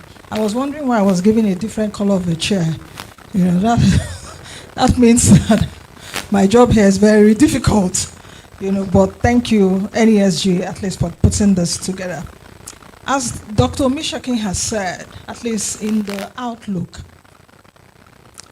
we've also heard from the minister what the federal government is doing, his aspirations and his ideas for this year. One thing I can take, and which is critical, is that Nigeria is at a crucial inflection point at this moment. After 2 years of reforms, the data now shows something important. And while I was seated there, something was ringing in my mind that stabilization is not the destination.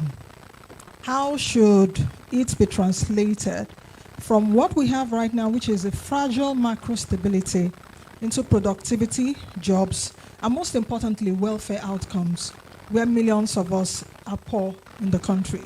And this is what this exceptional panel, which is a constellation of voices, you know, what a beautiful panel. Please give a round of applause to what NESG has done. You know, what we're going to be doing in the next few minutes, critically looking at a simple but yet complex discussion.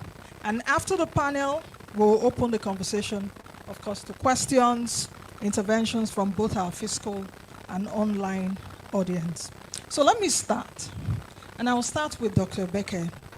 Doctor, the outlook is clear that Nigeria has exited this crisis mode stabilization, but remains in a zone of fragility.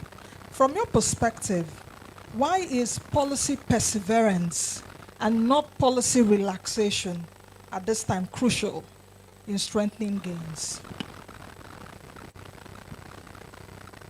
Thank you, Nancy, and Happy New Year, everyone. And thanks to my family, NESG, for inviting the fund to share some views. I think your question is extremely important in the sense that there is no other way for Nigeria, given the type of reforms that the country has undertaken, right? So this is a country that has decided to allow the exchange rate to move flexibly. This is a country that has opened its financial accounts, so bringing in capital inflows, having foreign participation in both the equity market and the fixed income market. This is the country that has basically allowed prices to move flexibly so that there can be a signal for the economy. So bringing back distortions, bringing back heavy intervention by the government in controlling prices and controlling volumes is not something that is no longer sustainable for Nigeria. So the goal is really going forward to maintain or to sustain the course, on both the fiscal policy and monetary policy. There are things that are still, I would say, unfinished business. Inflation remains at double digits, and I think the Deputy Governor will talk about it. The job is not done. There are two risks that Nigeria faces right now, in my view. One is clearly the risk of being very complacent and believing that the job is done. Not necessarily at the federal level. I see this risk more at the subnational level, where their fiscal space has increased substantially, and the risk of pro-cyclical fiscal policy in a pre-election year becomes a very acute risk that can actually undo the gains that Minister Edu and Governor Cardozo and other ministers have achieved. The second risk is what we call iatrogenic volatility, so it's self-inflicted policy mistake or pain that you basically bring into the system by doing some of the policy mistakes that you should not be doing. Going back the route of controlling the exchange rate will be a huge mistake right now because, again, you're going to deplete your reserves. You're going to distort market signal. You're going to really impact the market. So just to conclude, you have a country that faces policy threats. Fiscal space at the federal level is limited. Monetary policy space remains limited because inflation is still high and there is a need to keep real interest rate positive. So how do you engineer higher growth when both policy levers are constrained? That's why I think NESG emphasized a lot the structural transformation and structural reform, because this is a third pillar. You need a capital market. Nigeria capital market capitalization is below 20%. In other countries, South Africa is 60%. Asset under management clearly can grow more. You have limits, in terms of infrastructure, what pension funds can do. So there is a lot that finance can actually do. Not necessarily public finance, but private finance in unlocking some of these gains. So let me stop here, not to monopolize the floor. Thank you very much, Dr. Baker. Of course, this panel, like what Dr. Mishaki said at the beginning, is a panel of intellectual honesty. So we have to be as honest as possible because we have the policymakers in here to listen to what we have to say. And let me move over to Dr. Abdullahi, the CBN. The CBN has in the last 2 years been in the eye of the storm and all of that. But we've seen moderation in inflation. And just like Dr. Baker said, it's not El Dorado. The minister in his presentation did mention that you are looking at an inflation rate of 16% this year, which is also high, very high also. How does the CBN balance sustaining the disinflation that we've seen in recent months through a mix of your tools, I must say, without avoiding excessive tightening? Of course, your MPR rate is still high, as it were, but we understand why it was done. We're also seeing that suppressing real sector recovery, as it were, and productivity enhancing measures. So what are you going to be doing about that this year? Well, thank you very much, Nancy. Good morning, honorable ministers. Good morning to the NESG, and thank you really for the opportunity to be here and to share some of the views that we have from the Central Bank of Nigeria. I think we've taken a very good presentation at the beginning from the chief economist, but also very importantly from the coordinating minister of the economy, which has really clarified a lot of misconceptions around government policy. Central Bank has been working very closely with the Ministry of Finance in terms of that coordination, and you can see some of the results. But I think it's very important to backtrack a little bit and really remind people where we're coming from. And I think for the Central Bank especially, having joined in 2023, this was a really turbulent period in the history of our country. And I think the decision was made very, very early that the most important thing for the Central Bank to do and to be is to be a very boring central bank. Boring in the sense that we've had a recent past where the Central Bank has been very flamboyant and very involved in every aspect of our economy, from sports to aviation to power to agriculture, and in a way that has even been more involved than the ministries that have been charged with those responsibilities. And that became part of the problem. And that became part of the problem that the coordinating minister talked about 30 trillion of ways and means that were injected to the economy, which then fueled inflationary pressures. So the decision at the beginning was, let's be boring. Let's be boring in terms of focusing strictly on our mandate. What is the mandate? Price stability, exchange rate management, currency, advisory to government, those 4 or 5 things, and just try to do them really, really well. At the beginning, the conversation was, what is that anchor that even makes monetary policy effective? And when we took a few months to really evaluate, we discovered that the transmission of monetary policy had become almost ineffective over the last few years. Why? Because the central bank would enter a meeting, monetary policy committee meeting, take a restrictive stance, right? Raise interest rates, talk about controlling liquidity, and then go into the next room and then inject £1 trillion, £2 trillion through development finance.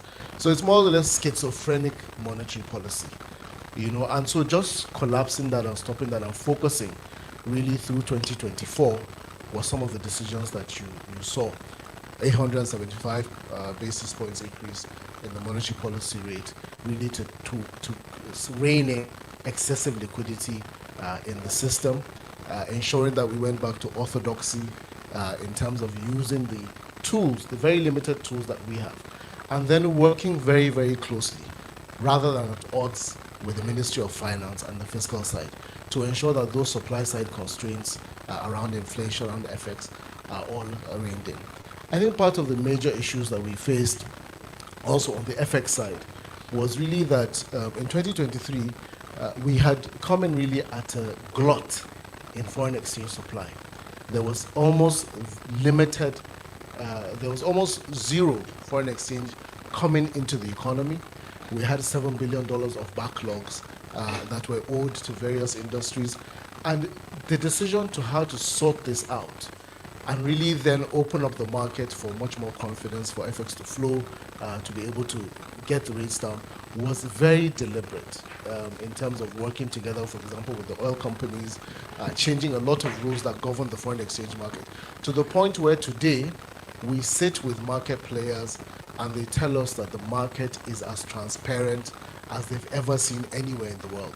Everybody knows the pricing, knows what comes in, what goes out, and you can see that that has affected positively our balance of payments, our capital accounts, and where we're going in terms of the way forward. So I think that there's a lot that has happened in the last couple of weeks and months that have kept us really awake, but really focused on doing the job. Just to conclude on this particular point is that, I mean, the report that has been produced aligns very much with our own outlook, which we released at the end of December. A few differences, but you can see that we are also all agreed that stabilization is very, very critical. And we can see that despite some of the fears at the beginning, that the actions that would be taken by the central bank would significantly constrain growth. What we've seen actually is that many of the sectors that did not grow, even when they had single-digit interest rates, are now growing. And so you ask yourself a deeper question around credit, growth, and the transmission to the sectors. And I think that that's something that we can talk about a bit more. Thank you very much. Okay, DJ, let me just still stick with you on that point. So, Sas, just still hold your mic because you have a lot to address. We all agree that FX stability has improved. What you also said that even when there was single-digit interest rates, some sectors were not growing. The Naira, of course, has been stable. We've also seen the street rates narrow. Reserves have also increased. There's probability that it will increase more than that at this year. But my question at this point is that what specific market mechanisms and policy tools will anchor confidence? Because confidence is key in this year. 2026 is a pre-election year. This administration has less than 18 months to do whatever it wants to do again. Politicians will start opening their taps, which may not have control over, as it were. So what mechanisms is the central bank thinking of as a monetary authority to be able to stem that? Thank you very much, Nancy. I think the Monetary Policy Committee in particular is very, very data-driven. And that's why even when in the market there were some calls, it is already open, let's start celebrating. The Monetary Policy Committee has been very conservative because we have read a lot of the data regarding both global dynamics and also domestic dynamics. We understand the pressures that this year could bring, both from a global perspective and from a domestic perspective, and have been able to walk through various scenarios as to how to affect this thing. We think that the most important thing that we can continue to do is to continue to inspire confidence in the economy, to ensure that all our actions that are taken are transparent and are well communicated to the market, and that we work together with the various players that are responsible for the various parts of the economy to be able to, in a forward basis, really guide. And really the leadership of the Honorable Minister for Finance under the economic management team has been very responsible in also that sort of forward thinking and guidance, not only to the market domestically, but also internationally. So there's a lot of work really that has been going on the background, that we have been communicating at the points where we think the market needs to know. But we're taking our responsibilities very seriously in terms of regulating the financial industry, in terms of regulating with investors, and also the public sector at large. Okay. Thank God we have a private sector person on the panel, so he would answer to that when it's time. Let me come over to Dr. Martha. Recent private sector. Yes, it's good you brought that in, but it's also good because he will have both experiences to talk about, So he serves with you in your department, so it's a good one. All right, Dr. Martha, improving macro indicators, we've had that many times, million times. Even at your NDU in October, it was mentioned. Yet, household welfare tells a sobering story. How does Nigeria close this transmission gap between macro stabilization and real improvements in living standards and poverty reduction? Yeah, thanks so much, Nancy, and thank you for NESG for hosting us. I will focus it on, I would say, 3 pillars. So one of them, which to some extent I think it's already been covered, I think the fight over inflation is not yet done, right? And I'm just quoting here our previous country director, Ndiame. When in his first meeting, when we had the first meeting with him, his kind of number that flashed to him was inflation. We were happy because inflation was going down. He was like, inflation is still 20%, and he was coming from the Philippines. And he was quoting that in the Philippines, back when I think inflation went to 6-7%, it was kind of a national emergency. So the whole country was mobilized to bring that down. And I was worried a little bit in the presentation when I see inflation in single digit to be in 2029.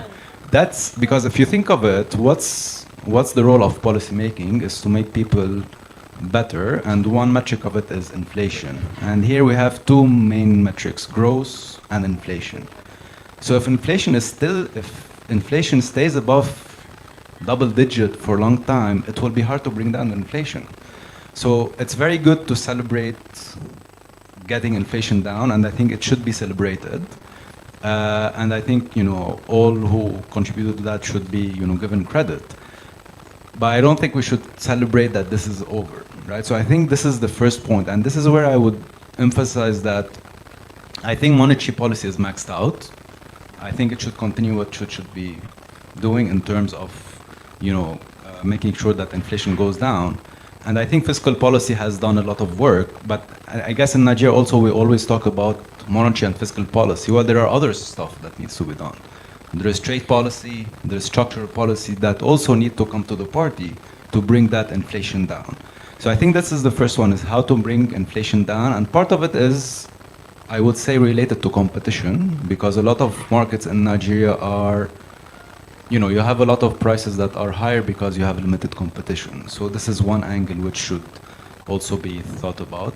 I think the second part, which also I think my colleagues looked upon, is on spending. And this is where in Nigeria, when people talk about fiscal, most people only look at the federal government. We look at the whole country. And in 2025, actually starting 2024, subnationals have much higher revenues than the federal government, and most subnationals have a fiscal surplus. And if we look at their spending, most of that spending is going now into capex, which is opposite to the federal government. So the question is whether that spending is going into the right direction, and whether that spending is going into not only capital or infrastructure, which is good, but also into other sectors in order to improve the well-being at the subnational level, because at the end, subnationals are at the forefront of public service delivery when it comes to education and health. And I think the third important pillar is when it comes to social protection, right? And social protection, I think it shouldn't be only reduced to direct benefits. So direct benefits are important, and these needs to be continued and scaled up. But also there are other stuff like labor policies, like vocational training, like pensions. So this is where I think also there is need to, I guess, on social protection to have a more holistic approach beyond the direct benefits, which I think is going on, in terms to kind of look at the whole picture on how to provide this, I would say, protection to the most vulnerable and poor, without saying that, okay, we don't want to also encourage domestic production and productivity. Thank you.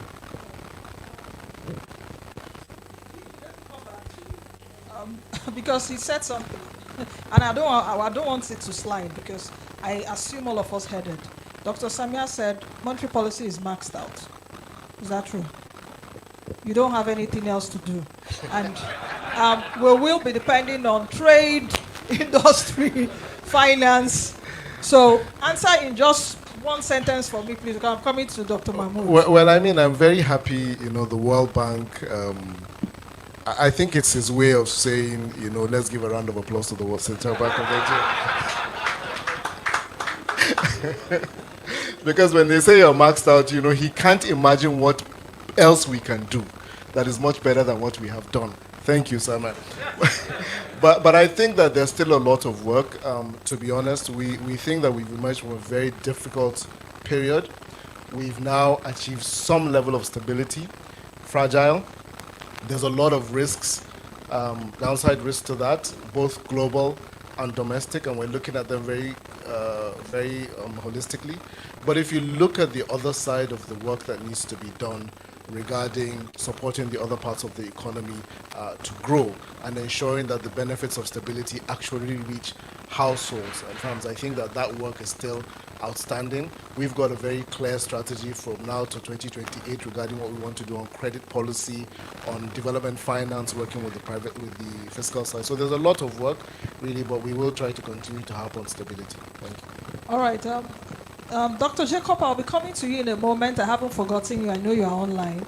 But Dr. Mahmood, let's expand the inflation story to private sector. Of course, we know that high inflation continues to distort production cost and also compress consumer demand. What macro and micro policy mix, that is perhaps monetary, fiscal, supply side actions are required right now without choking industrial expansion? If we take a look at the composition of our GDP, Dr. Omishaki did mention earlier on, there's still, space for so much growth with the high labor-intensive sectors, even though the service sector is driving that growth, but we know what our service sector is, perhaps made up of the small, perhaps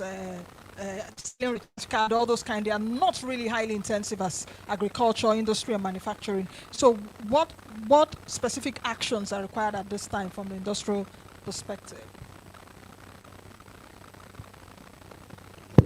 Okay, thank you very much, and honorable ministers, everyone, Happy New Year. Thank you, Nancy. I think I will take it from two sides. The way I look at inflation now, the way I look at FX now, different from the way I was looking at it less than a year ago. So people should not query my economics when I change the narrations now. Now, the point is this. There are two sides of the equation. While we are looking at the GDP in terms of the volume, in terms of the growth, from the private sector side, we are looking at the inclusiveness of that GDP. So we are looking more at the aggregate demand side. We are producers of goods and all that, so we need to deplete our inventories, and that will come from if there are disposable incomes to buy the things that we have. So we are looking at inflation from the monetary side and the side. They're looking at inflation in terms of what impact it will have in terms of liquidity, FX flow, real effective interest rate.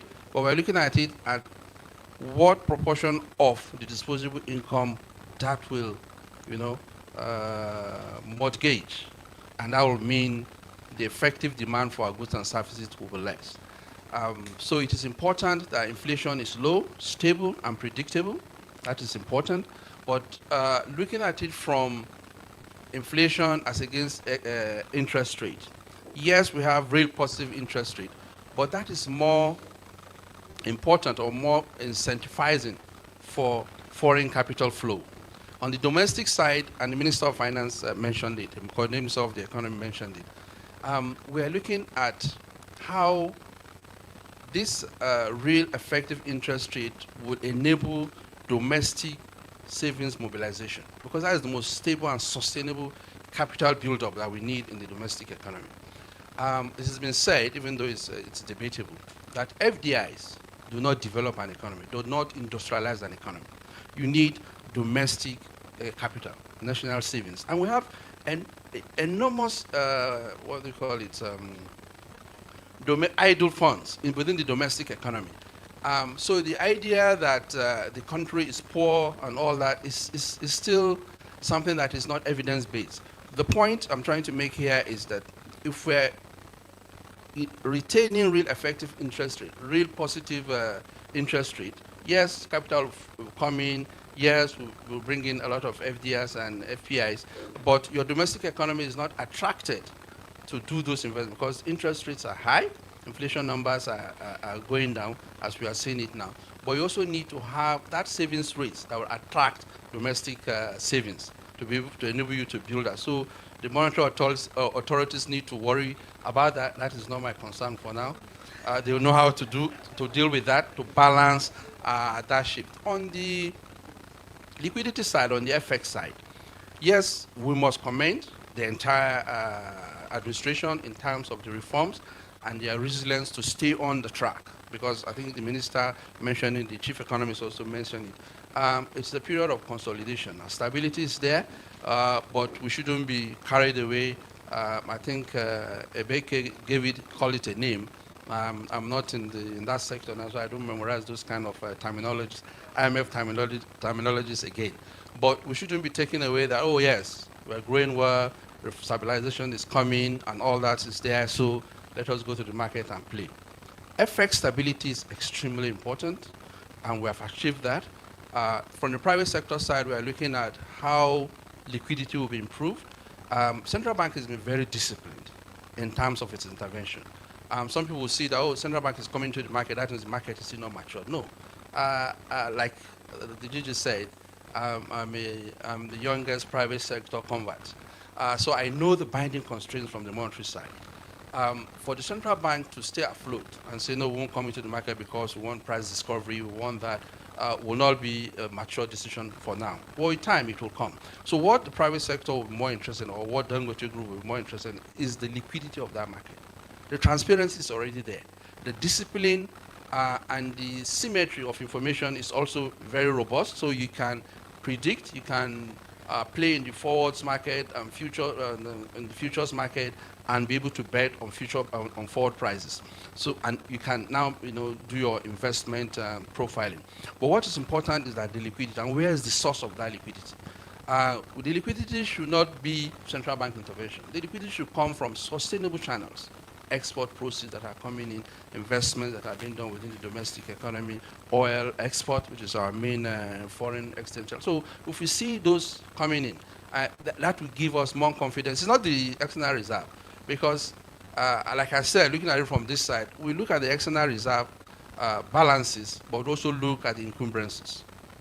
Even though you cannot mark to market on the one, but it's important that you know what are the liabilities of government, because the central bank is banker to the government. So the external reserve is for the coordinating minister of the economy, for them to meet their liabilities. And so what is let out of that is what comes to the private sector. So we'll be looking at that structure of the external reserve and what is a sustainable level that can sustain the private sector. Let me stop there. All right, thank you very much, Dr. Mahmoud. Dr. Jacob, are you there? I would like to come to you now. Okay, Dr. Jacob, if you can hear me. Your question would now stem from the area of perhaps productivity in agriculture, manufacturing, the lags, the bottlenecks we're seeing right now. What do you think should be urgently addressed? What reforms are required to rebalance growth within those sectors? I would also ask this, because I'm looking at my time and we have to be very judicious with time, is around the area of power and logistics, cited as binding constraints as to our growth. What infrastructure reforms is most likely to crowd in private and development finance into large-scale bankable projects? The other aspect I'd like you to talk about very quickly also is after.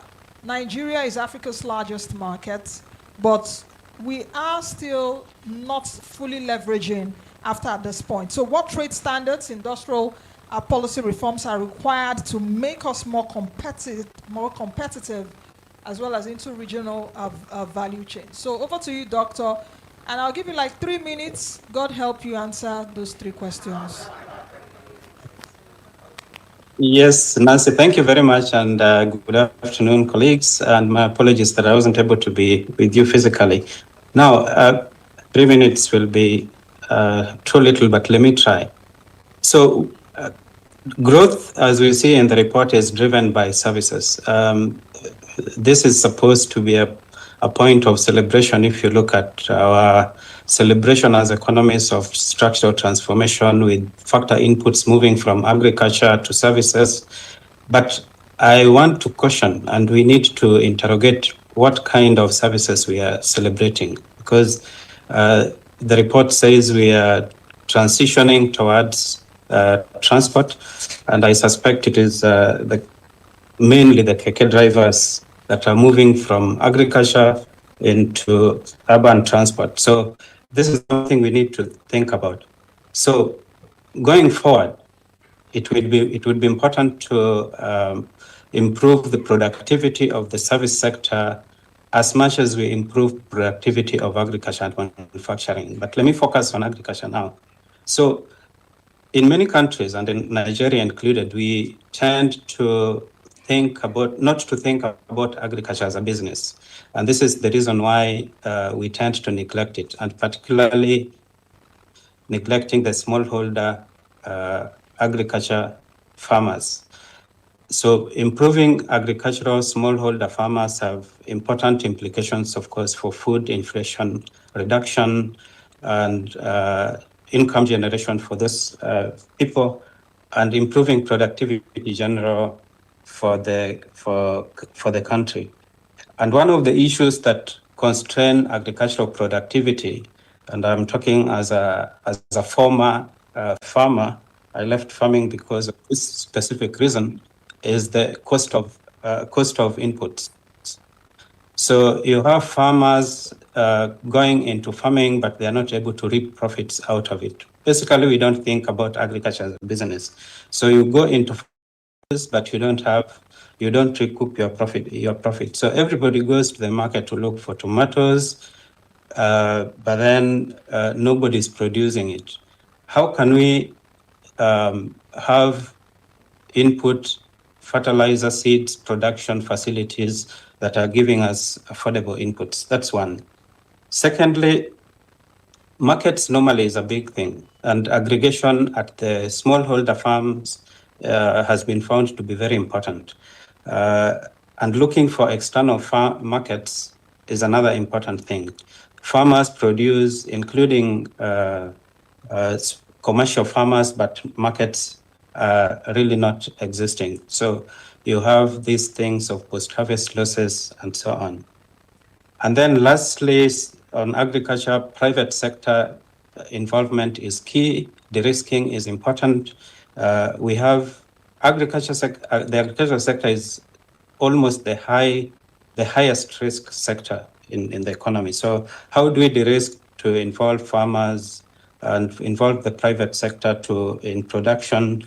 In Nigeria specifically, the issues of insecurity that prevent farmers going to the farms are things that we all know. Manufacturing, on the other side, we have, again, the neglect of the smallholder, of the SMEs, which are the backbone of the manufacturing sector in many developing countries. But what we fail also to interrogate or ask ourselves is, what are we comparatively advantaged to do, even at the SME level, so that we don't go into manufacturing and start producing what we are not able to export anywhere. So, and where are the markets? So you go into manufacturing and you look for the markets, what are the standards in those markets, and focus on that. Infrastructure development has been mentioned a lot as a constraint to manufacturing development. I wouldn't dwell too much on it. Just coming into infrastructure, filling infrastructure gaps connected to that is the fact that we have talked about this so many times in all conferences, workshops, panels. Infrastructure deficit filling is one of the key issues that we always mention. But what is the roadmap? And I call this reform measure the politically insensitive policy measures. So how do we, politically resilient development planning, how do we develop politically resilient development planning that gives us a roadmap on how to meet our infrastructure gaps? But on infrastructure, we have renewable energy, which is, we have solar, the sun in Nigeria and many other African countries, but we are not fully utilizing. Policy and regulation to onboard renewable energy is going to be important. In many countries now, we also have innovative financing spearheaded by the likes of the African Development Bank. We have credit risk guarantees and blended finance, which many countries are using to improve their infrastructure development. So these are things that can increasingly be used in Nigeria. to improve the infrastructure and specifically power.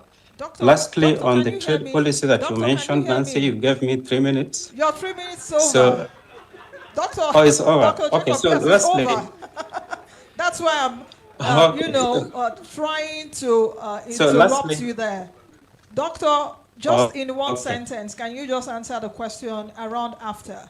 I want to assume too that part of why we are Okay. constrained to fully leverage the market, the aftermarket, is actually what you have said. But can you just answer that after question in one sentence, Doctor, please?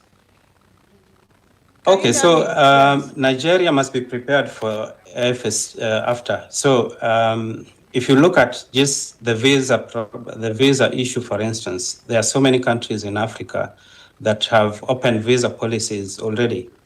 But come to Nigeria, you have still these restrictions of visa entry policies for goods. Free movement of goods and services is still a problem. Okay. And these are issues that constrain trade policy. I will talk about issues to do with regional infrastructure development, but these are issues that are regional. And then lastly, on local content promotion. So thank you, Nancy. Thank you, Doctor. Thank you. Now, let me come over to Dr. Babalola. Very quickly, the Honorable Minister of Finance did outline what their aspirations are, at least for this year. But beyond revenue, consolidation also hinges on expenditure quality. How is this reform agenda?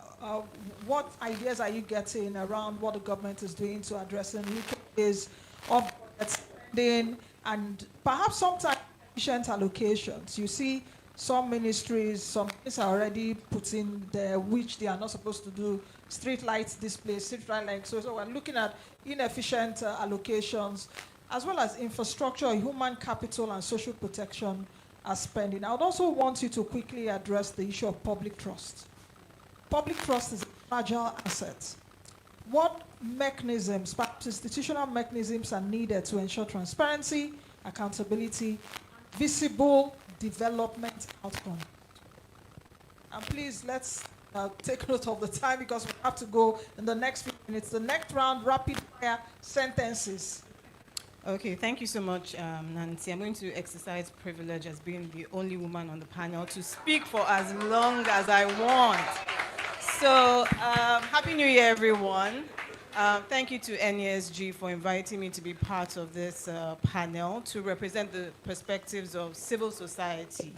But before I answer your question, just to say that, you know, I've been working with government since 2009. My first job was to work as a technical assistant to the then DG of the Budget Office, Dr. Bright Okogu.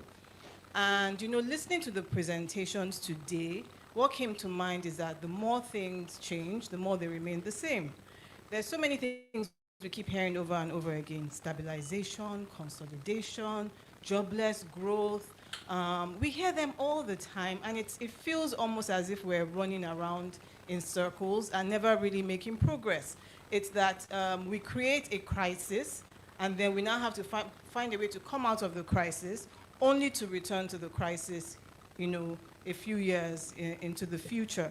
So I think it's really important that government understand that, look, Nigerians are very simple people. It's very easy to please Nigerians.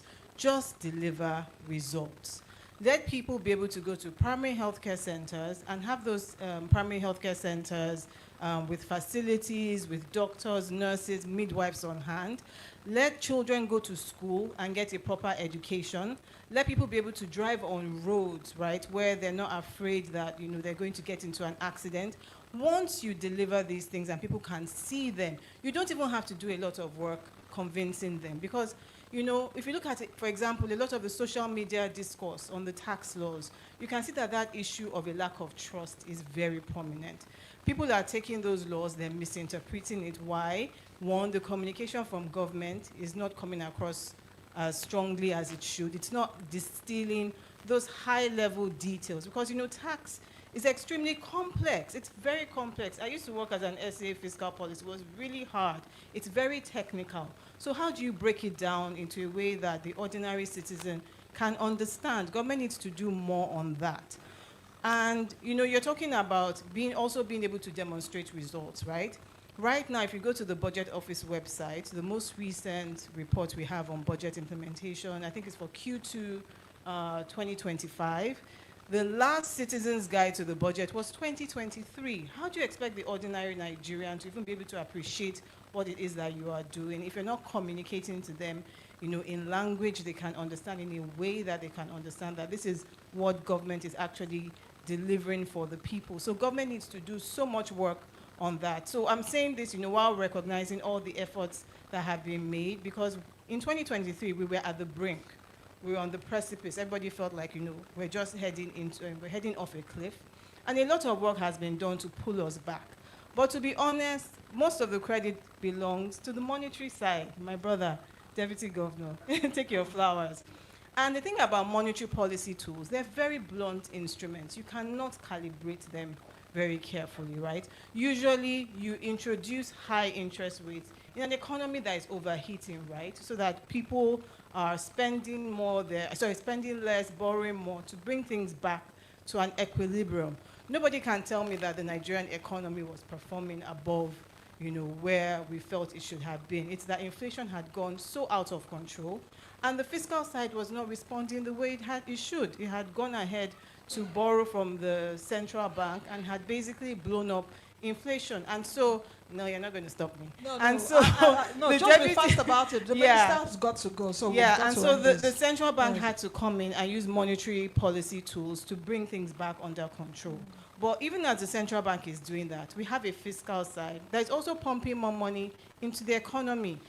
In the early 2000s, there was a hard-fought battle to bring us to counter-cyclicality in terms of fiscal policy. We're now moving back into cyclical fiscal policy where as money comes in, we're just spending it. And then the quality of spending, because it's one thing to budget, it's one thing to allocate the funds and release them, it's another thing to get results on the other end, and we're not seeing the results currently. Thank you very much, Dr. Babalola. So let me just come, like I said, this is the closing, because we can't take everything. Okay, so please, with kind permission, can we give a round of applause to the Minister of Finance as he leaves? Thank you very much, sir. Thank you. So as we close, Dr. Rebecca, let's just paint a pessimistic picture and say that the growth momentum weakens, or the government pauses in what it's trying to do, perhaps from stabilization to consolidation. What do you think will be the risk that could emerge? I would also like you to bring in the area of global conditions that we're seeing now. If we can answer in 2 sentences so that we just go around quickly. No, I think, as the country, starts a year and prepares a new budget and the central bank has forecasts, etc., it's always important to think about contingency plans because, again, you have downside risk, but you also have upside risk.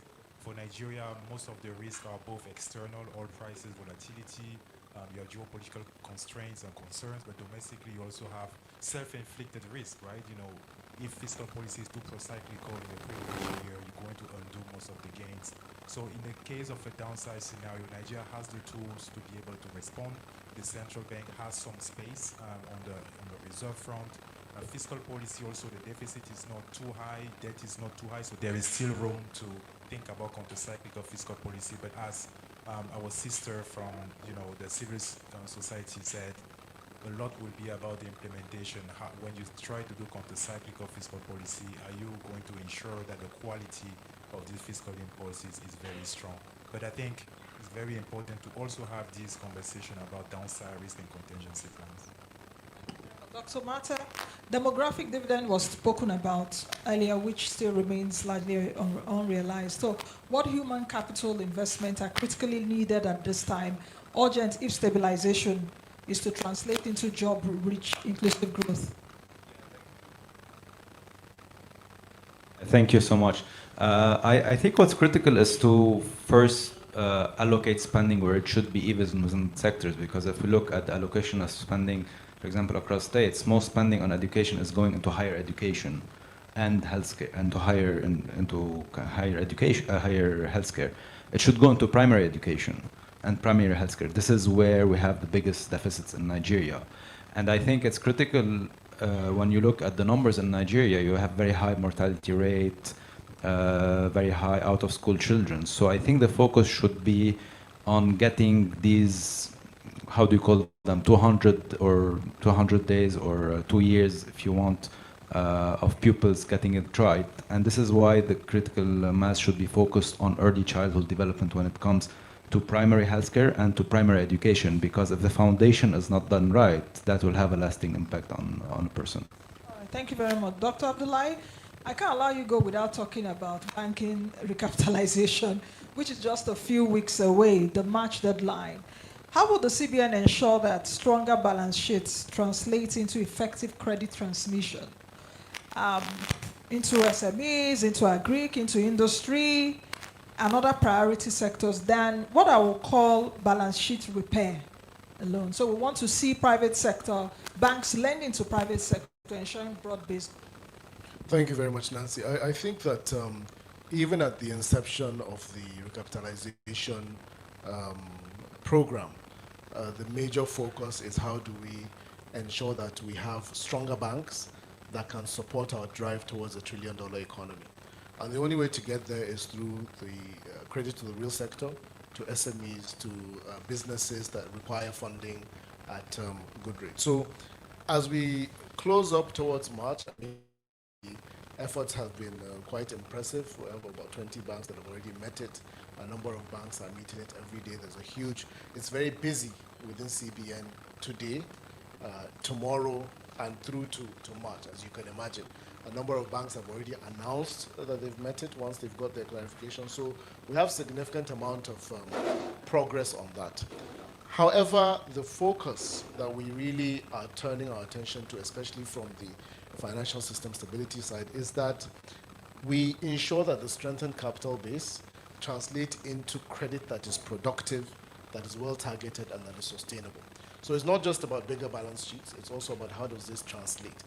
And the entire work we've been doing institutionally over the last 1 year is to ensure that the central bank itself improve its regulatory capacity through using technology, deploying technology, to ensure that we can actually monitor that the effects of the capitalization translate into real sector growth, into real sector credit, to SMEs, to all of that, that then the central bank can monitor. And where they don't, then we will be able to act and step into that. So there's a lot of focus really on that. Dr. Mahmood, private sector has a lot to do. How can large industrial players be deliberately leveraged, to deepen value chains and SME participation to ensure inclusive broad-based growth? Because even as we also point our fingers to the government, we should also point other fingers to the private sector, because you provide majority of the jobs. Very quickly.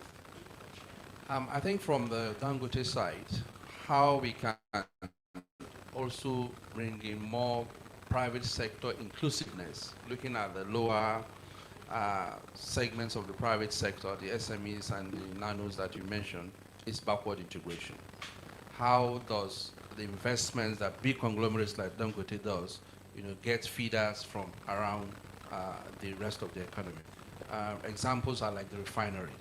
Refinery is a very big project, $20 billion, but there are small plastic makers, those that are going into port transportation, those that are going into other feeders that goes into that place. Even within the refinery complex, you have constructions, buildings, households that are there. You have those that come to start vegetable farms and all that to feed those that are there. We have over 2,000 work. So you see that backward integration, but the private sector should facilitate that. You should not allow, or like Dangote as a group should facilitate that, which we are doing enormously. Same thing with the cement side, how other feeders come into that space. What is important is that the regulatory authorities or the government, the public side of the equation, is able to provide that policy consistency, transparency, and efficiency to enable the private sector go into those kind of CSR investments because largely they could not be necessarily profit-orienting ab initio. So it is important that the fiscal side or the monetary side also provide that conducive environment to enable that facilitation of backward integration crystallizes. Thank you. Dr. Babalola, you talked about tax reforms earlier, even the budget. I would like you to anchor on perhaps how those recent reforms translate into more stable public finances. Clearer rules for businesses and stronger confidence among investors within the medium to long term. Very quick. Yeah, so first of all, just to acknowledge that these tax reforms are like a one-in-a-generation type reform. Never done anything this extensive, so kudos to government for letting it through. But at the same time, I feel that, in fact, beyond investors, because honestly, I think investors will be fine. I'm more concerned about the marginalized. I'm more concerned about low-income earners. So the tax reforms have gone a long way to raise thresholds, for example, regarding who is taxed, introducing exemptions, zero rating, for example, VAT, things that will actually leave more money in the pockets of Nigerians.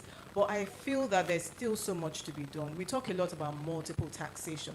A lot of that happens at the subnational level. I know there's ongoing work, for example, to work with the Joint Tax Board, I think the name has now changed, to try and rationalize those taxes. We really need to make that happen.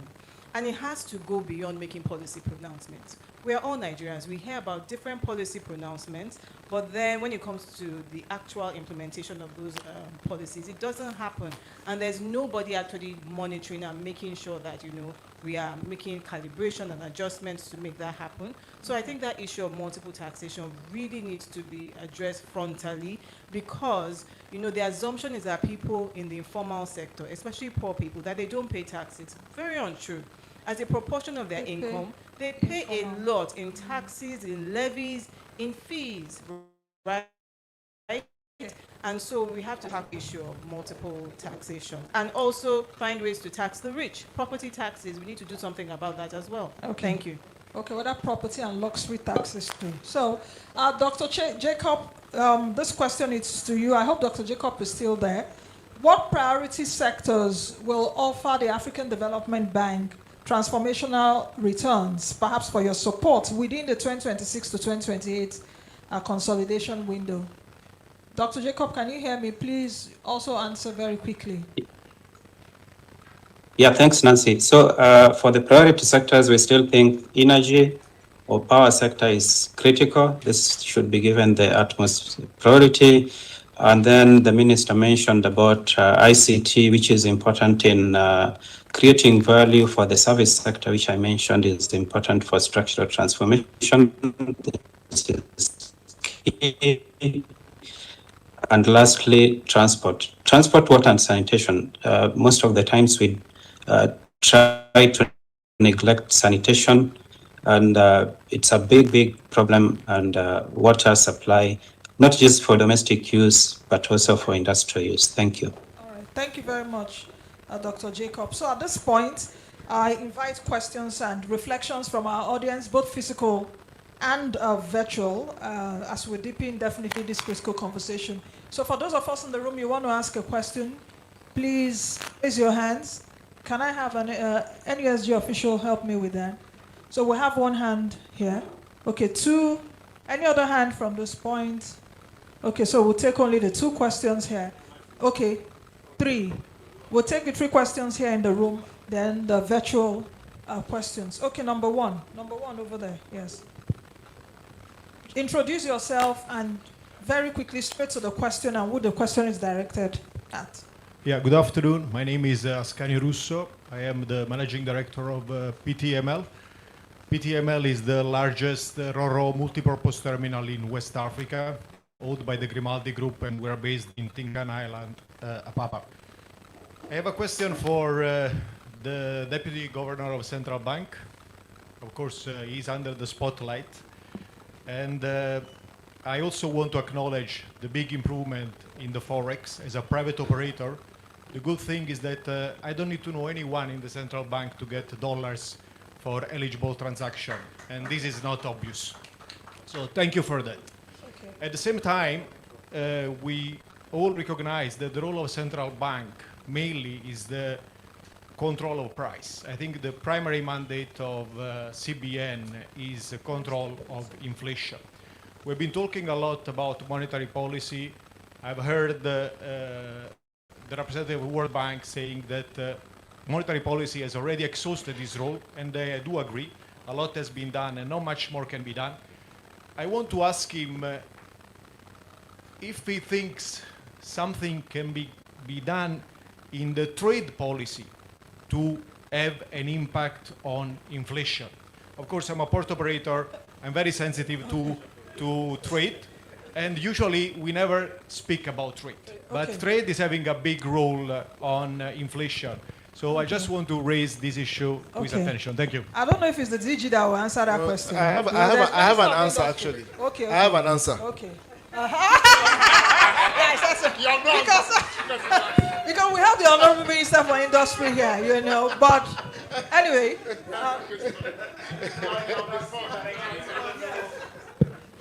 Okay. Well, thank you very much. I mean, the economy is all interconnected, and to be honest, from monetary to fiscal to trade is something that we have to discuss and deal with. And I'm quite happy that the Honorable Minister for Trade is here, and we're launching the trade policy right on the back of this. The industrial policy. I mean, we work closely with the Ministry of Trade. And as the minister said in his presentation, the Minister of Finance, he mentioned that we are in a position right now in Nigeria where the movement of the currency has given us the biggest competitive advantage in a long time regarding the ability of Nigeria to then be able to trade with the rest of the world at a price that is competitive at price. So we do believe very strongly that, in fact, for us to be able to get the benefits, the growth benefits of the reforms that have happened, a lot needs to happen in that trade space. A significant amount of work needs to happen in that trade space. So I'm quite happy that you're interested and keyed into it. I don't want to say too much because I know that the Minister of Trade, Minister of Industry might already have a significant amount of plans. We know that we've done some work with them at the back end, and I know that there have been announcements even last week that have come out from that ministry. So I would say watch this space. And I would say maybe to NESG, if you can help to continue to convene. I mean, on this particular topic, I think would be very critical for us to sit down and discuss and align, especially listening to the industry players, because we like to listen a lot and then go back and then craft something that responds to long-standing bottlenecks and then addressing them. Thank you very much, DG, for bringing that important point, and I'm sure that Chair has taken note of that. So it's not just about perhaps economic policy stuff, it's about even those policies affect and getting every one of us to hear about it. The second question Sorry, is... Nancy, let me just say one thing before you. I mean, one thing I found interesting when I saw the advanced copy of the Outlook from NESG was this statement that said FDI has been weak and declining. Largely correct, okay? However, also potentially incorrect. What we've realized, and we're trying to do some work now with NBS, is that over the years there's been a misclassification on the methodology of how we capture FDI. So FDI classification and calculation in Nigeria is currently based on 171 listed firms on exchange. Right. So, for example, companies like the ones that my brother Dr. Mahmoud is from, you know, investments to it now before it's listed would not be captured as FDI. So there's a number of issues around that. If you look at the SME space, like there's a huge amount of SMEs that have significant amount of investment but are not listed. And so that calculation is significantly missed out. So it's a lot of work that we need to do in the methodology, in the data, in the measurement. And besides this, a lot of things around the economic atmosphere as well, which we need to do some work on at the back end. And so for us, really, when we say we want to be a boring central bank, this is the stuff that we want to be able to put together, work with players, and then just be able to allow us to capture these things much better. Thank you very much. Thank you very much, DG. Second question, please. Thank you. Your name, briefly, to your question. And Good afternoon, everyone. answer. I am Iyabo Lanrele. I'm representing the Director General, Nigerian Institute of Social and Economic Research. A number of recommendations have emerged from the panel discussion about consolidating the gains of recent reforms. My question is not particularly direct to any of the panelists, but I would have loved the Minister of Finance to respond. Perhaps maybe NESG can actually take it up as a reflection point for further research. I think there is some kind of a missing link in vertical coordination in policy making in Nigeria, specifically across the tiers of government. We've seen it being strengthened at the horizontal level, especially that the Federal Ministry of Finance and the fiscal side and the monetary side seems to be more coordinated now. But across the tiers of government, that link seems to be missing. So it is important that we have that coordination in order to enhance national prosperity, especially now that state governments are having enough and even surpluses to provide capital projects and the rest. So there is need for that link in order to enhance national prosperity and inclusive development. So maybe NESG can look into this in their further research. Thank you very much. So that's more like a comment. The next question here, please. Thank you very much. My name is Benedict Itegwe. I'm the Regional Coordinator, Nigerian Export Promotion Council for the Southwest. I really enjoyed this panel discussion, and it's very imperative that it is clearly outlined the need for the contribution from agriculture or manufacturing to be a lifeline for supporting consolidation of the economy. We are facing the export sector, non-oil export sector, and a lot of the SMEs, have concerns about access to finance, and like development finance seems to have dried up. You said that the CBN is not a little bit boring. We are hoping that we will see a lot of new windows for access to finance for the SMEs who are in the export space to continue to grow the sector and contribute. So we want to know how would fiscal policy have a role to play around that. Another question that comes to me very quickly is, nobody is speaking about the evolution of technology. Everybody talking about AI, it's in the news all over the world. We don't know what are the risks, upside or downside risk. What's the outlook about how that technological paradigm will have its impact on the economy? And lastly, the World Bank Saber project. It was quite interesting to see it on the Outlook document by the chief economist who made a presentation earlier. And this is a project I've been following very closely right from the time I was in Ondo State as a state coordinator. And I felt it was very interesting, had a lot of prospects. At a time like this, where the state governments are seeing fiscal surpluses, and the World Bank Saber project seems to have increased in popularity and uptake across most of the states. The disbursement linked indicator to have a state policy on export, state export strategy, we find that very encouraging, but would have loved to see, how has the World Bank Saber project been able to leverage and influence and impact state policy to drive fiscal support for non-oil exports at the state level. So if there's a dashboard or some analytics to see how we can push forward with that, especially in our role. Thank you very much. Dr. Samia, you want to respond to that very quickly? Yeah, I'm happy to take it offline to connect you with the. Yeah. No, I mean, because I'm not covering the Yeah. project, so I don't want to talk on something that I know. So I'm happy to link you with the TTL of that project to kind of just guide you where things are. Thanks. Okay, I also would like to say you're from NEPC. NEPC is one agency under the Ministry of Trade. So there was a question here around trade and industry that was asked by the DG. So it would also be nice to interact with the audience to be able to tell us what the NEPC is doing in terms of export and in terms of trade. I needed to bring that up. All right, we have other questions online, and I will start by... Okay, yes. So thank you very much, I think, for bringing that up. So one of the major issues, that we've done a lot of work on is on that particular space. And in 2023, the central bank had spent about 10.4 trillion on development finance in various sectors, right? A lot of it, when we sat down and have done extensive studies in terms of impact on growth and development, it's not been convincing. So we've had to rethink how to deliver development finance or finance at concessionary rates to the sectors that matter. And we've realized that really what that work was mostly fiscal, but the CBN was doing it as a quasi-fiscal program. And so what we've done is to really have deep conversations with the Ministry of Finance to see how that can be properly placed. And I think that the Ministry of Finance have now taken it up. The Central Bank and the Ministry of Finance have been working on a disinflation and growth strategy that sees that. Now, we've done a lot of work in that space to understand, okay, what are the needs in the development finance space? Nigeria needs about 230 trillion naira in terms of development finance for various sectors.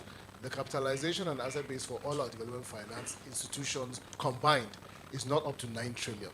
So there's a huge gap in terms of that. So how do we crowd in private sector capital both globally and domestically? How do we ensure that when that capital comes in that is used efficiently, that people don't deploy it to other uses? So we've done a lot of work on it, and the fiscal will be leading on this going forward, and then to see that as much as possible we're able to crowd in finance from global partners, global investors, but also domestically to rechannel it.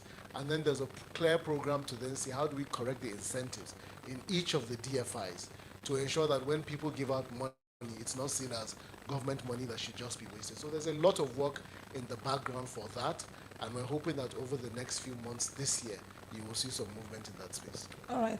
Let's take this question online. Dr. Becker, perhaps you would answer this. He's asking agility in governance. How can we apply agility in governance and yet get powerful outcomes that will deliver measurable impacts to the citizens? Then I would also like you to speak on this question also around manufacturing and agriculture, what to do to stimulate growth and development. But I think we also looked at this when we were talking earlier on. So you could talk about agility in governance.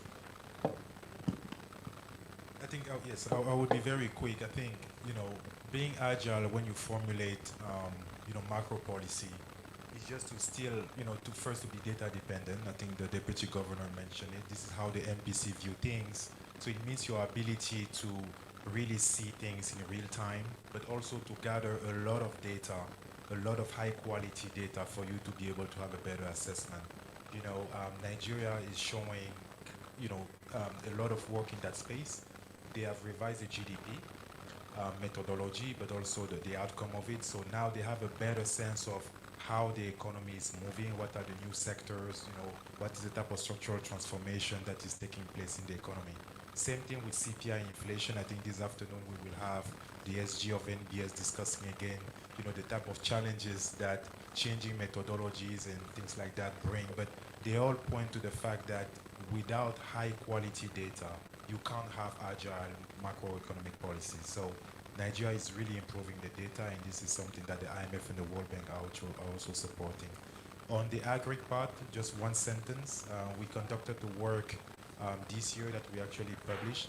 Nigeria spends very little in terms of agri R&D, so the public spending on research and development on the agri space. There is a NEPAD threshold of 1% of your agricultural GDP that you should spend on research and development for agriculture. Nigeria is very low compared to peers. Without research and development in that space, there is very, very little you can do in terms of growth, including because of climate change and the importance of having, high-performing seeds, having agribusiness, agri-tech, etc. So very important to devote part of the budget also in R&D in the sector. Okay, we have less than 5 minutes to end this session because I'm really very time conscious. But Okay, Dr. yes, Mahmoud. just to add to what IMF rep said, in terms of agility, and you also mentioned the question around the manufacturing sector. I think what is critical is institutionalizing governance. Building strong institutions not tied to individuals. We are not seeing efficiency in central banks because Cardoso is there. No, the institution should be so strong that irrespective of the individual that comes there, you have to comply with the system that have been crystallized in that space. So it is very important that we have that. We don't see revenue efficiencies because Wale Edu is there. No, because the Minister of Finance has structures that are already established. So institutionalizing that good governance is very important and is more sustainable. Thank you. Thank you very much, Dr. Mahmoud, for bringing that up. Not just about building strong men, but strong institutions. All right, Dr. Abdullahi, this question is to you. He's Gideon from FITC and is asking, many SMEs struggle more with regulation than financing, aside from just the revised cash-related policy. Is the CBN considering to reduce compliance burdens on SMEs while maintaining financial and economic stability? This is from Gideon, FITC. Well, I think that there's a lot of work being led, including by the ease of doing business team from both within central bank and federal government led. So as much as possible, I mean, we've just finalized the final draft of the FX manual that hasn't been changed for a long time. And we've approached it with an ease of doing business lens to ensure that we're making it as possible for businesses to comply and to be able to consolidate a lot of the checks that are required. So we will continue to work on that, including with other partners, to make sure that it's as easy as possible. Thank you. This is coming from Krista Emmanuel. He's saying, well done to the NESG for this timely forum. However, the takeaway for all stakeholders is how to translate these ambitious goals and reforms into sustainable productivity, jobs, and social protection. I think that should be really the takeaway of what we're doing here today. So I think it's just about 5 minutes to 1:30 because I'm watching my time very closely and trying to follow that up. But as we round up, today's discussion reinforces definitely a central message in the 2026 Outlook that was launched earlier, that Nigeria's challenge is, of course, perhaps no longer diagnosis, is about disciplined execution and not even relaxation at this point. Consolidation demands credibility, it demands coordination, and the political economic courage to stay the course at this time. The real test of reform is not macro indicators alone, but whether stability becomes institutionalized and prosperity becomes broadly shared. Thank you very much. Please, a warm round of applause to all our panelists. Fantastic. And we're out of here before 1:30, so please, another round of applause for all of us. I can see the MCs looking at me. Thank you very much. Ladies and gentlemen, one final round of applause for Madam Moderator. Please stand for a group photograph. Mr. Chairman, please join them. CEO, please join them. Honorable Minister, please join them. Thank you.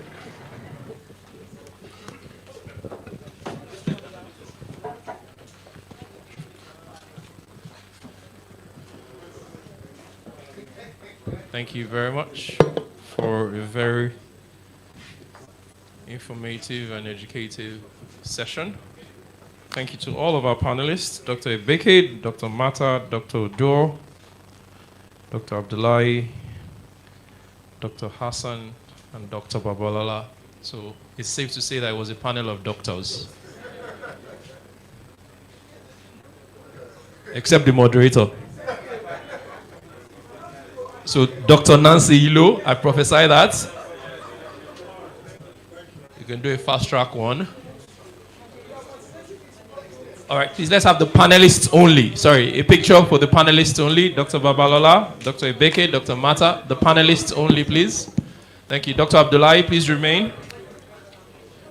Panelists and moderator only. The panelists and the moderators only. You can please stand on the stage or please step back a bit. Be careful, please be careful. The panelists and the moderator only. Thank you. Are we ready? We'll do this at the count of PAN. ELIST. Thank you. Everybody say panelist. Everybody say panelist. Everybody say men and women. Everybody say doctors and doctors. Thank you. Thank you very much. Please return to your seats now. Thank you. All right. The next item on the program is the outlook on industrial development in Nigeria based on the new national industrial policy. It's a soft launch of the National Industrial Policy. And the man that showed us that responsibility is here. He's been here with us all morning.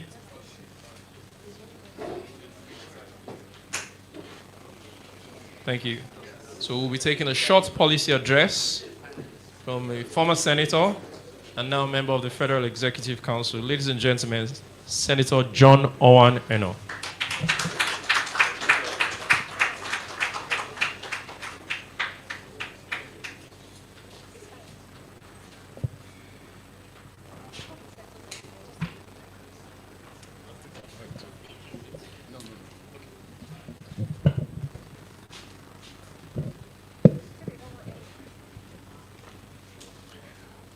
Thank you and good afternoon, everyone. Let me be as short as possible with protocol. I mean, it's the chairman of the NESG and other board members. Let me say right away that when I looked at the program and I found out when I was going to be required to deliver this address, I'd first considered I was going to come in here in the PMs, but I'm glad I came in here as early as, before 11, and I've sat through. And I think that, the sessions have been quite educative. I mean, I'd like to commend the NESG. I mean, it's for the kind of confidence that you've been able to achieve for yourself. I mean, you become such a respected body. And earlier on, I was sitting by the chairman.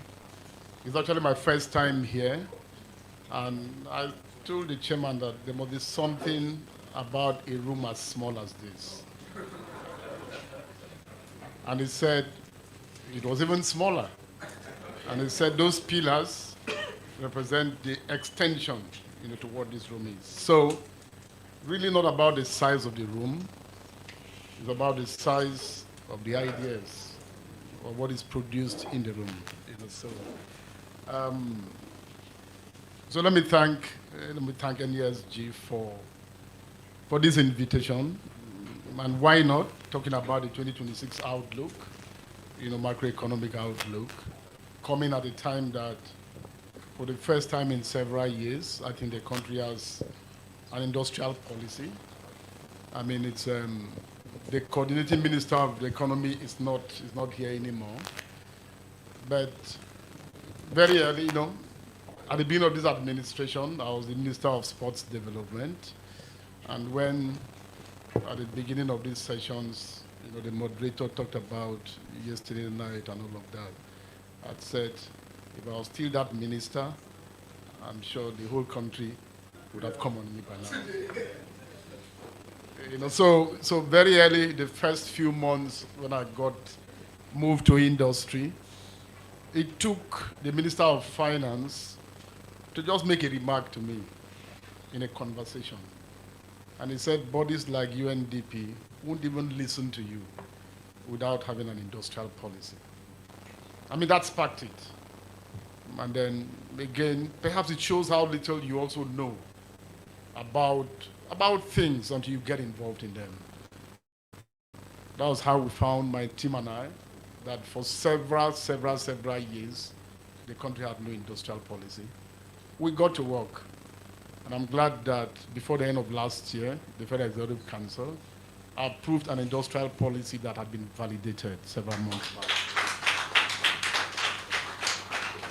I'm talking about industrial policy, and when Nancy and her team were on, there was the issue about the trade policy, again.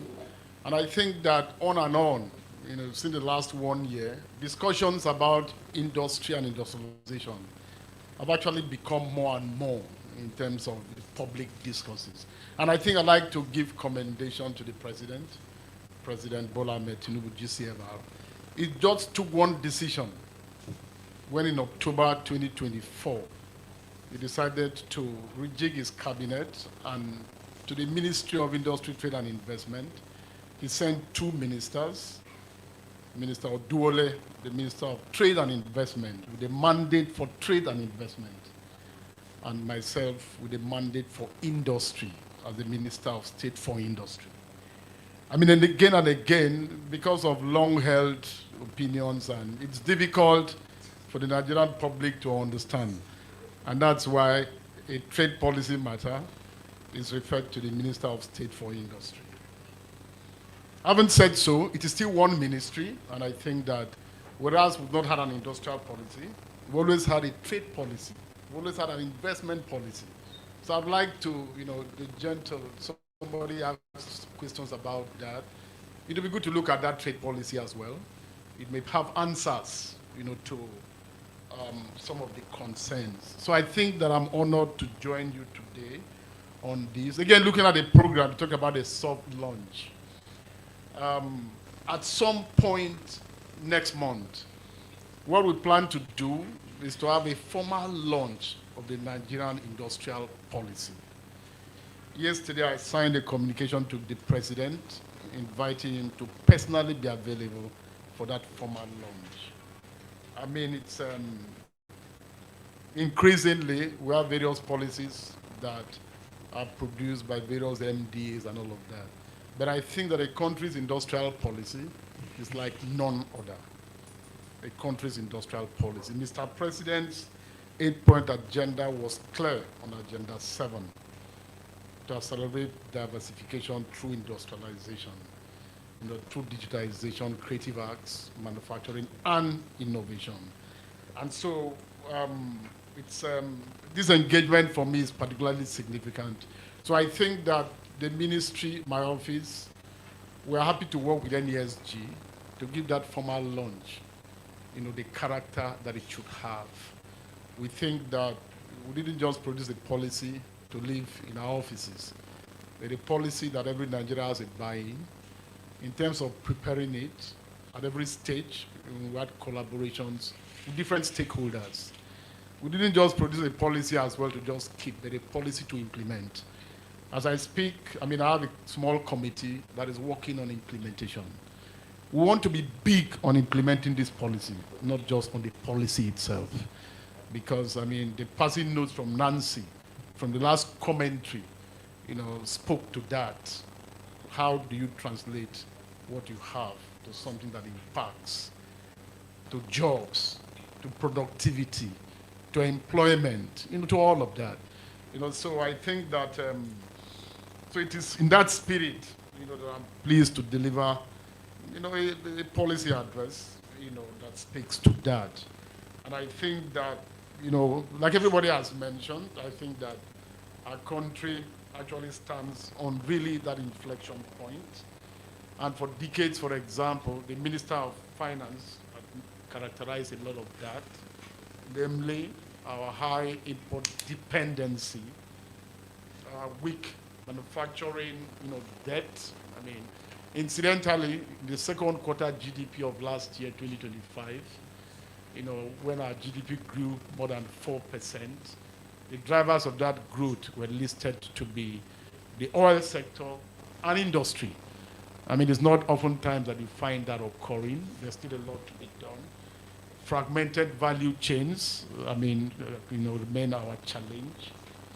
An industrial sector that is unable to absorb our growing numbers, labor force at scale.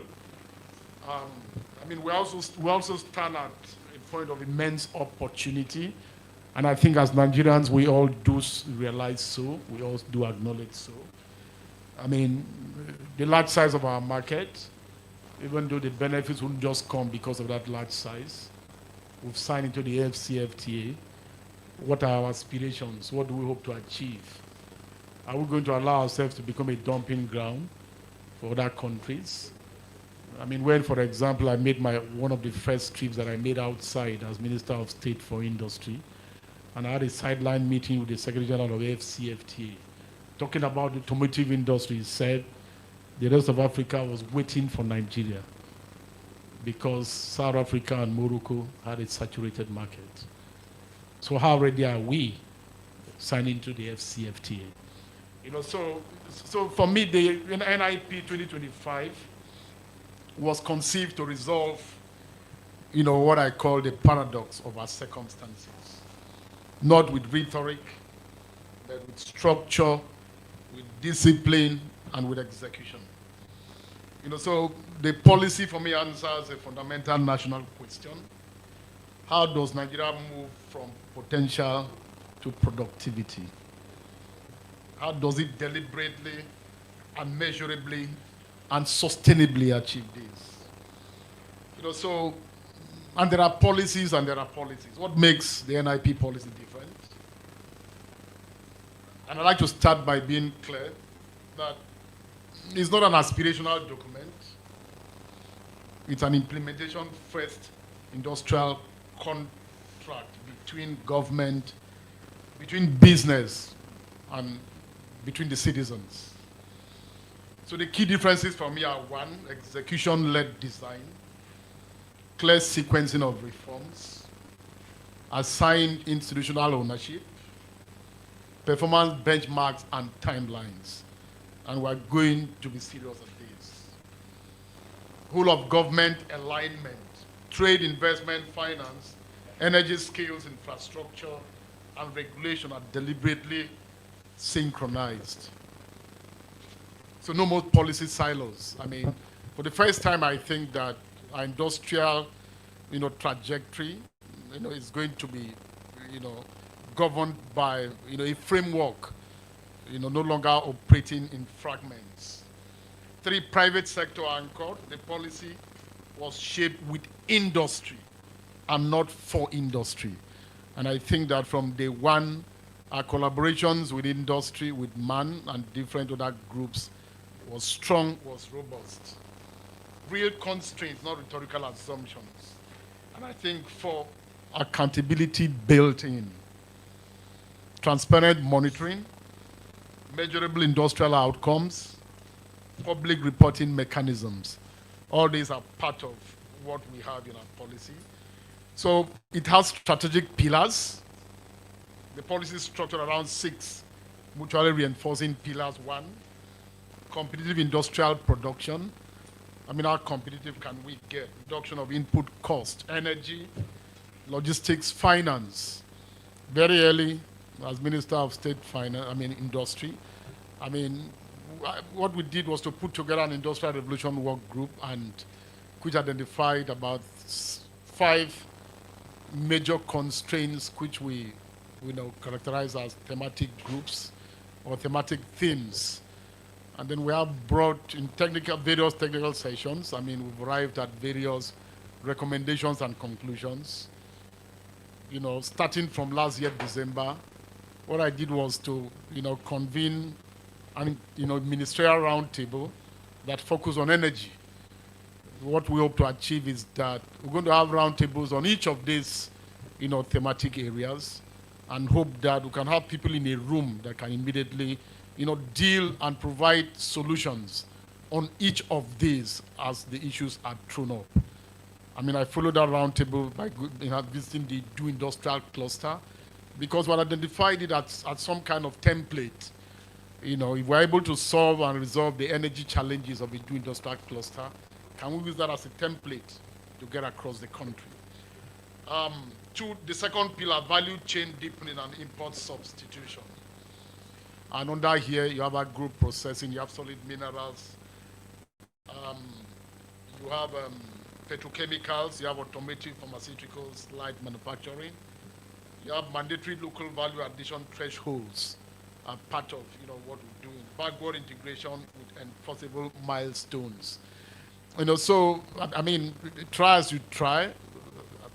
It's when I talk about execution, we talk about all of that. The policy as it is would not achieve, what the goals and the intentions are. What we think, for example, is that by 2030, can we get manufacturing and industrial contribution to our GDP to be about 20-25%? That's what we aspire. That's what our aspirations are. But to achieve this, it's almost like talking about Mr. President's $1 trillion, dollar economy. All of these, are big things, but I think that with commitment, with will, and with leadership, it's possible to achieve all of these. I think that we need to get to a point in which we're a bit more serious, with our industrial, aspirations. I'll give you an example. At some point last year, just the share 6 months temporary ban on share not caused an uproar. Why should it cause an uproar? In 2025, share not, Nigeria is reputed to be the greatest or the highest producer. So we can't have in-country capacity that can process this.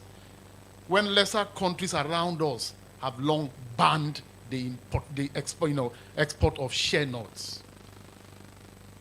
I mean, the Raw Materials Research and Development Council has a bill in the National Assembly that speaks to 30% value addition for every product, every raw material before it's exported.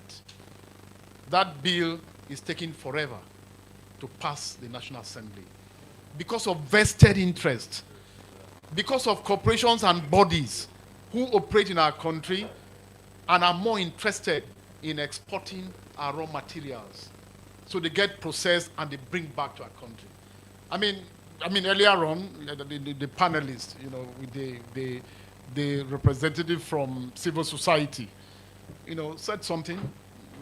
Said she had worked with the DG Budget, Bright, Dr. Bright, and that we're just walking around. But the things we're talking about today have been talked before. I mean, is that how we're going to continue? I think that the answer is no. And I think that, so the third pillar is MSME to industry transition. I mean, we talk about the fact that we have the MSMEs are about 40-something million. And the number of businesses that are MSMEs are more than 90-something percent and all of that. What have we done with them? One of the first engagements that interrogations that I had was trying to find out, can we have a list of these numbers? We don't have. And there are interventions on a regular basis by government. How do we monitor and measure the impact of those interventions if we don't even know what these are? So those are part of the things that we have in our, MSMEs as, feeders into industrial value chains, supplier development programs, access to, patient, long-term industrial, finance. The fourth pillar is technology, innovation, and skills, industry-aligned skills development. ITF has been promoting the super program, but I think we're at a point in which that has to be scaled. Not training for the sake of it, but training for industry, right? It's when Dangote was building the refinery, how much of that labor that was required to build it was brought from abroad? Should that be the case in a country of about 230 million plus? So it remains a problem. So technology transfer partnerships, all that are part of. Pillar 5 is trade competitiveness and the FCFTA readiness. Export-ready industrial production are all standards, quality infrastructure, certification. All of that, and then the last pillar, institutional governance and policy coordination. The Nigeria First policy comes in handy and comes in strong. I remember at FEC, before the NIP was eventually approved by FEC, Mr. President, sitting in council, asked directly, does it have the Nigeria First policy? This is important. So at the heart of the Nigerian industrial policy is the Nigerian First policy. A clear, unapologetic commitment to prioritizing Nigerian production, Nigerian value chain, and Nigerian enterprise. I think that, it's, when we did some little bit of study on all of this, because as part of the mandate for industry is the promotion of made in Nigeria goods and services. How much more we can have, come into our coffers as a country by just implementing this. See how the huge size of our population. Imagine that we even had the capacity, right, locally, to even clothe ourselves. Imagine that alone. It's not because we've not had that, that ability in the 70s. We more than had. We've all lost that. So it's going to take leadership. It's going to take will and commitment. I did some multi-city tour of textile, establishments, at some point in 2025 that took me to Kaduna, to Lagos, and all of that. And we have quite a number of people that are interested. At the moment, we are working with some people who are growing cotton. And what we hope to achieve is that in the next few months, we'll be able to demonstrate how, from cotton planted in Nigeria, to taking that cotton, to a textile factory, how it eventually ends up with garment. We'll be able to demonstrate that and see whether that can become one little demonstration to show how possible things are. So I think that all of these, stronger regulatory coherence, data-driven industrial, all of these are part. So the Nigerian First is the organizing principle that ensures our openness to capital does not come at the expense of domestic capability, and that growth is anchored in Nigerian hands.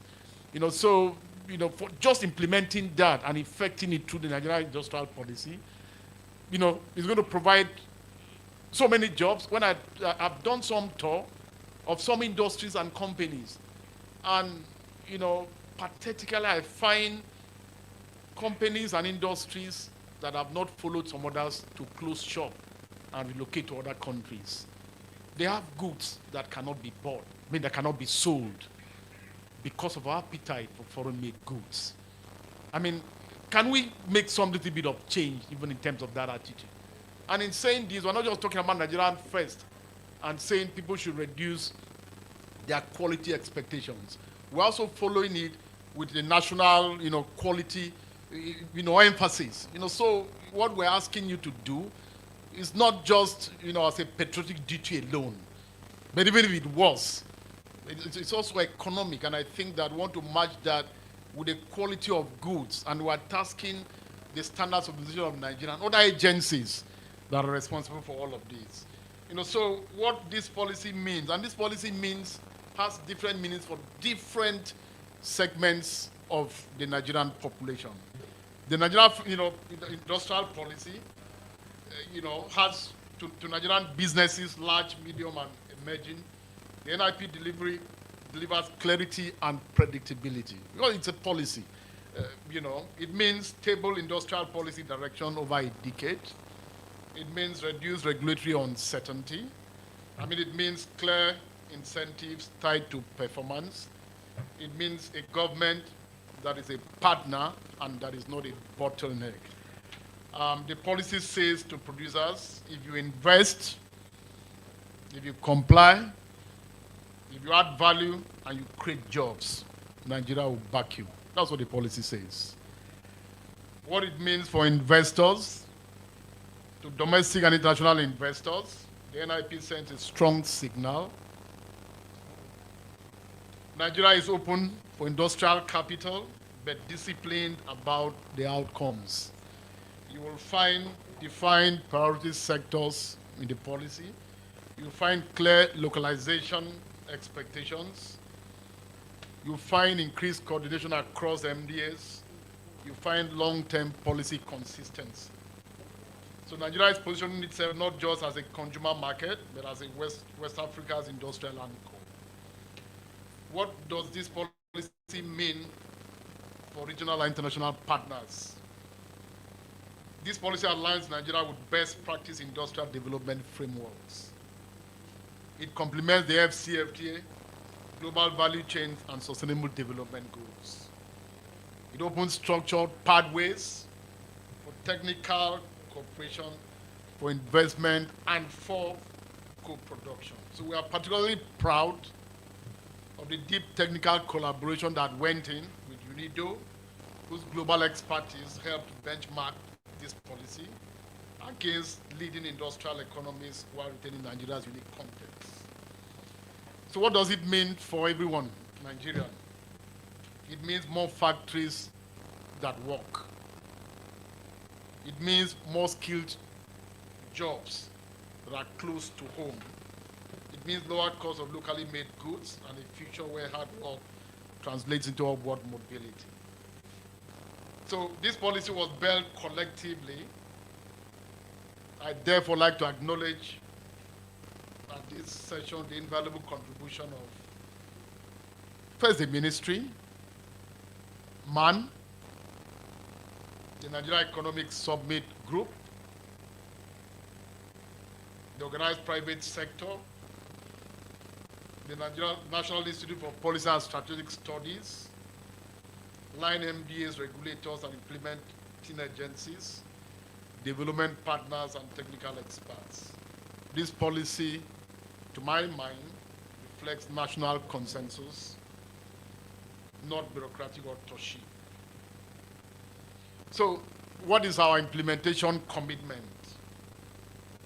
And I think that this is what matters the most. A few days ago, I had a body that came to see me in the office, and this body's main concern and interest is on implementation, is on execution.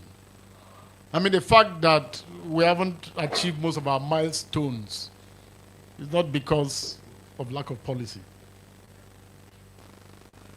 Even though policy now guides and acts, it is our inability to implement. The fact, for example, that we've experienced gross failure, even in terms of our backward integration program in different areas, it's not because of that. So what do we want to do that is different? Is that on that same day that we're launching the NIP, we also want to unveil an implementation framework and strategy that can convince and get and win some confidence. I mean, there's public, the public is tired. It's tired of government. It is.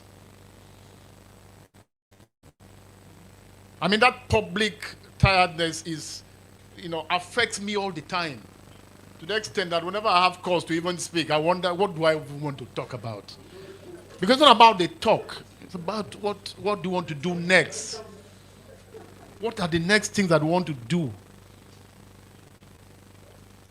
I mean, the public has come to a point that they are now in a hurry to get some results made and achieved for them.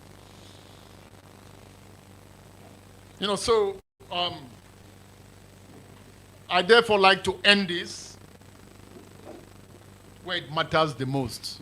And where does it matter the most? Implementation. So the government is committed to translating policy into action, measuring results, not intentions, engaging stakeholders continuously and holding itself accountable. I told the group that came to see me, and I said, I want us to get to a point in which on a regular basis, is it monthly, is it quarterly, I'm able to speak to the Nigerian people, and I said, this is what we've done. This is what we've done. And I think unless we get to that point, I don't think we'll be taken seriously.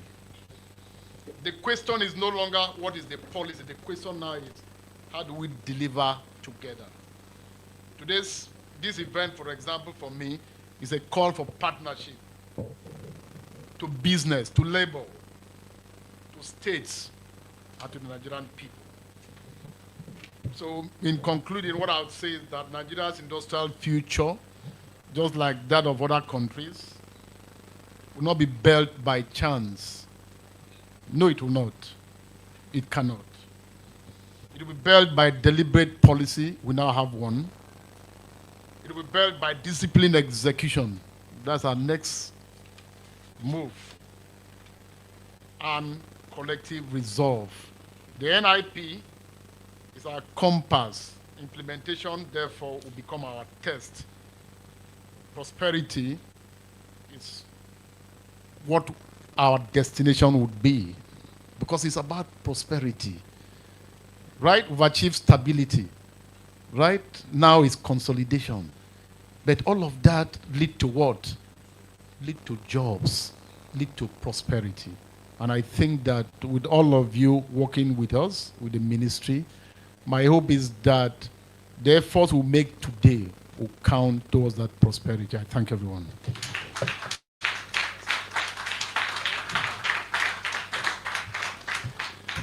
Congratulations, Honorable Minister, on the launch of the first ever national industrial policy.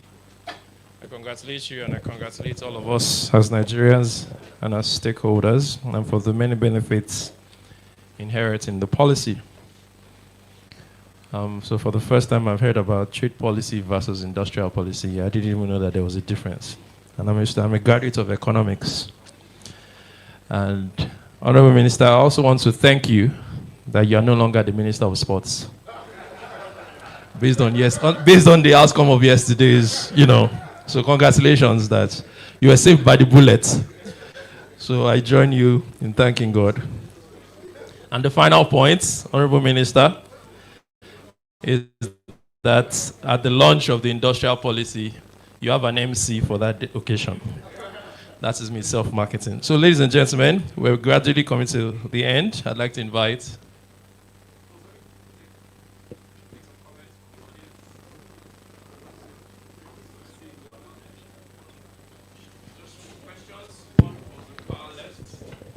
please take the microphone to the man at the far left, and please make it very brief and short. Our day is almost gone. Quickly, go ahead. Sure. Okay. Thank you, everyone, and thanks for the minister.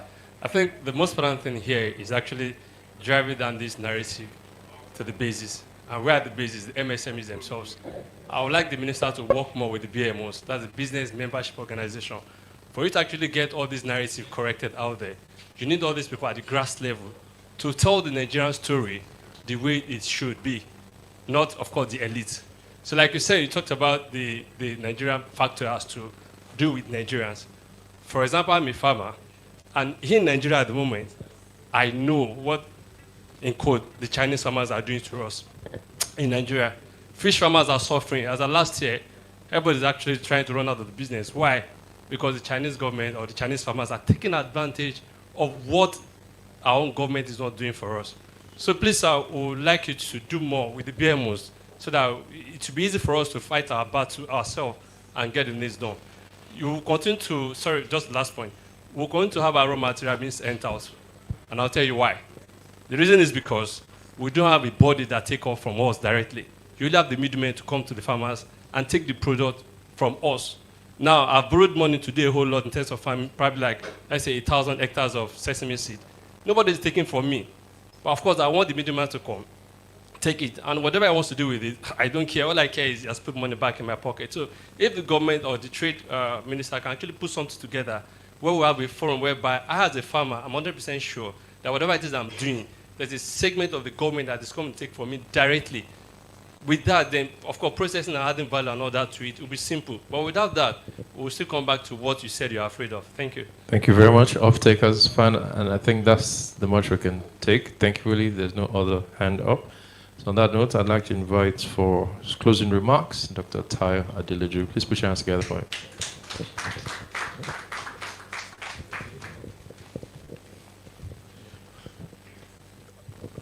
The Honourable Minister of State for Industry. So, Honourable Minister, I told my people last week that the Honourable Minister will be here on time. And he will be here and stay throughout. And when it's his time, he will give a disciplined execution of himself and his policy area. And I think my people can confirm that you are a minister in whom we are well pleased. The Manufacturers Association of Nigeria, my brother was talking about BMOs, NASIMA. Minister has engaged us in a very painful process in the last few months. The rigor of the process of just keeping us in the room throughout the process of thinking through the policy is why, that's the reason why we asked him to come and give this policy address. Honourable Minister, you have a commitment to the roundtables because we understand that the implementation framework requires that execution does not happen at 32,000 feet. You have a commitment to the roundtables also on the industrial zones because we know your passion for it. And remember the debates you had at FEC on it. Again, you have a commitment to make sure that that happens as it should. The interministerial coordination and platforms and forum we spoke about, you also have a commitment on it. We realize that if the private sector does not co-produce this with you, it will not happen. And so please accept our partnership to get this important work done. So thank you again, Honorable Minister. When we were designing this outlook, our intent was that if you as a Nigerian tuned in for about 4.5, 5 hours of your day, you would at least get clear economic policy forward guidance, monetary, fiscal, trade, industrial, and you got a sense that we truly are stabilizing and we can all move to consolidation. I hope that we have delivered. And if we have not, let us know through all our channels.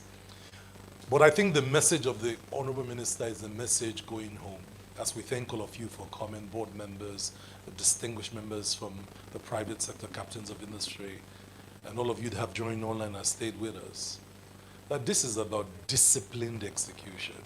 There's no other way forward in consolidation. And this is about our collective resolve. No one from anywhere is coming to do this for us. So as I wish you a productive and prosperous 2026, ladies and gentlemen, let's get the work done. Thank you for coming.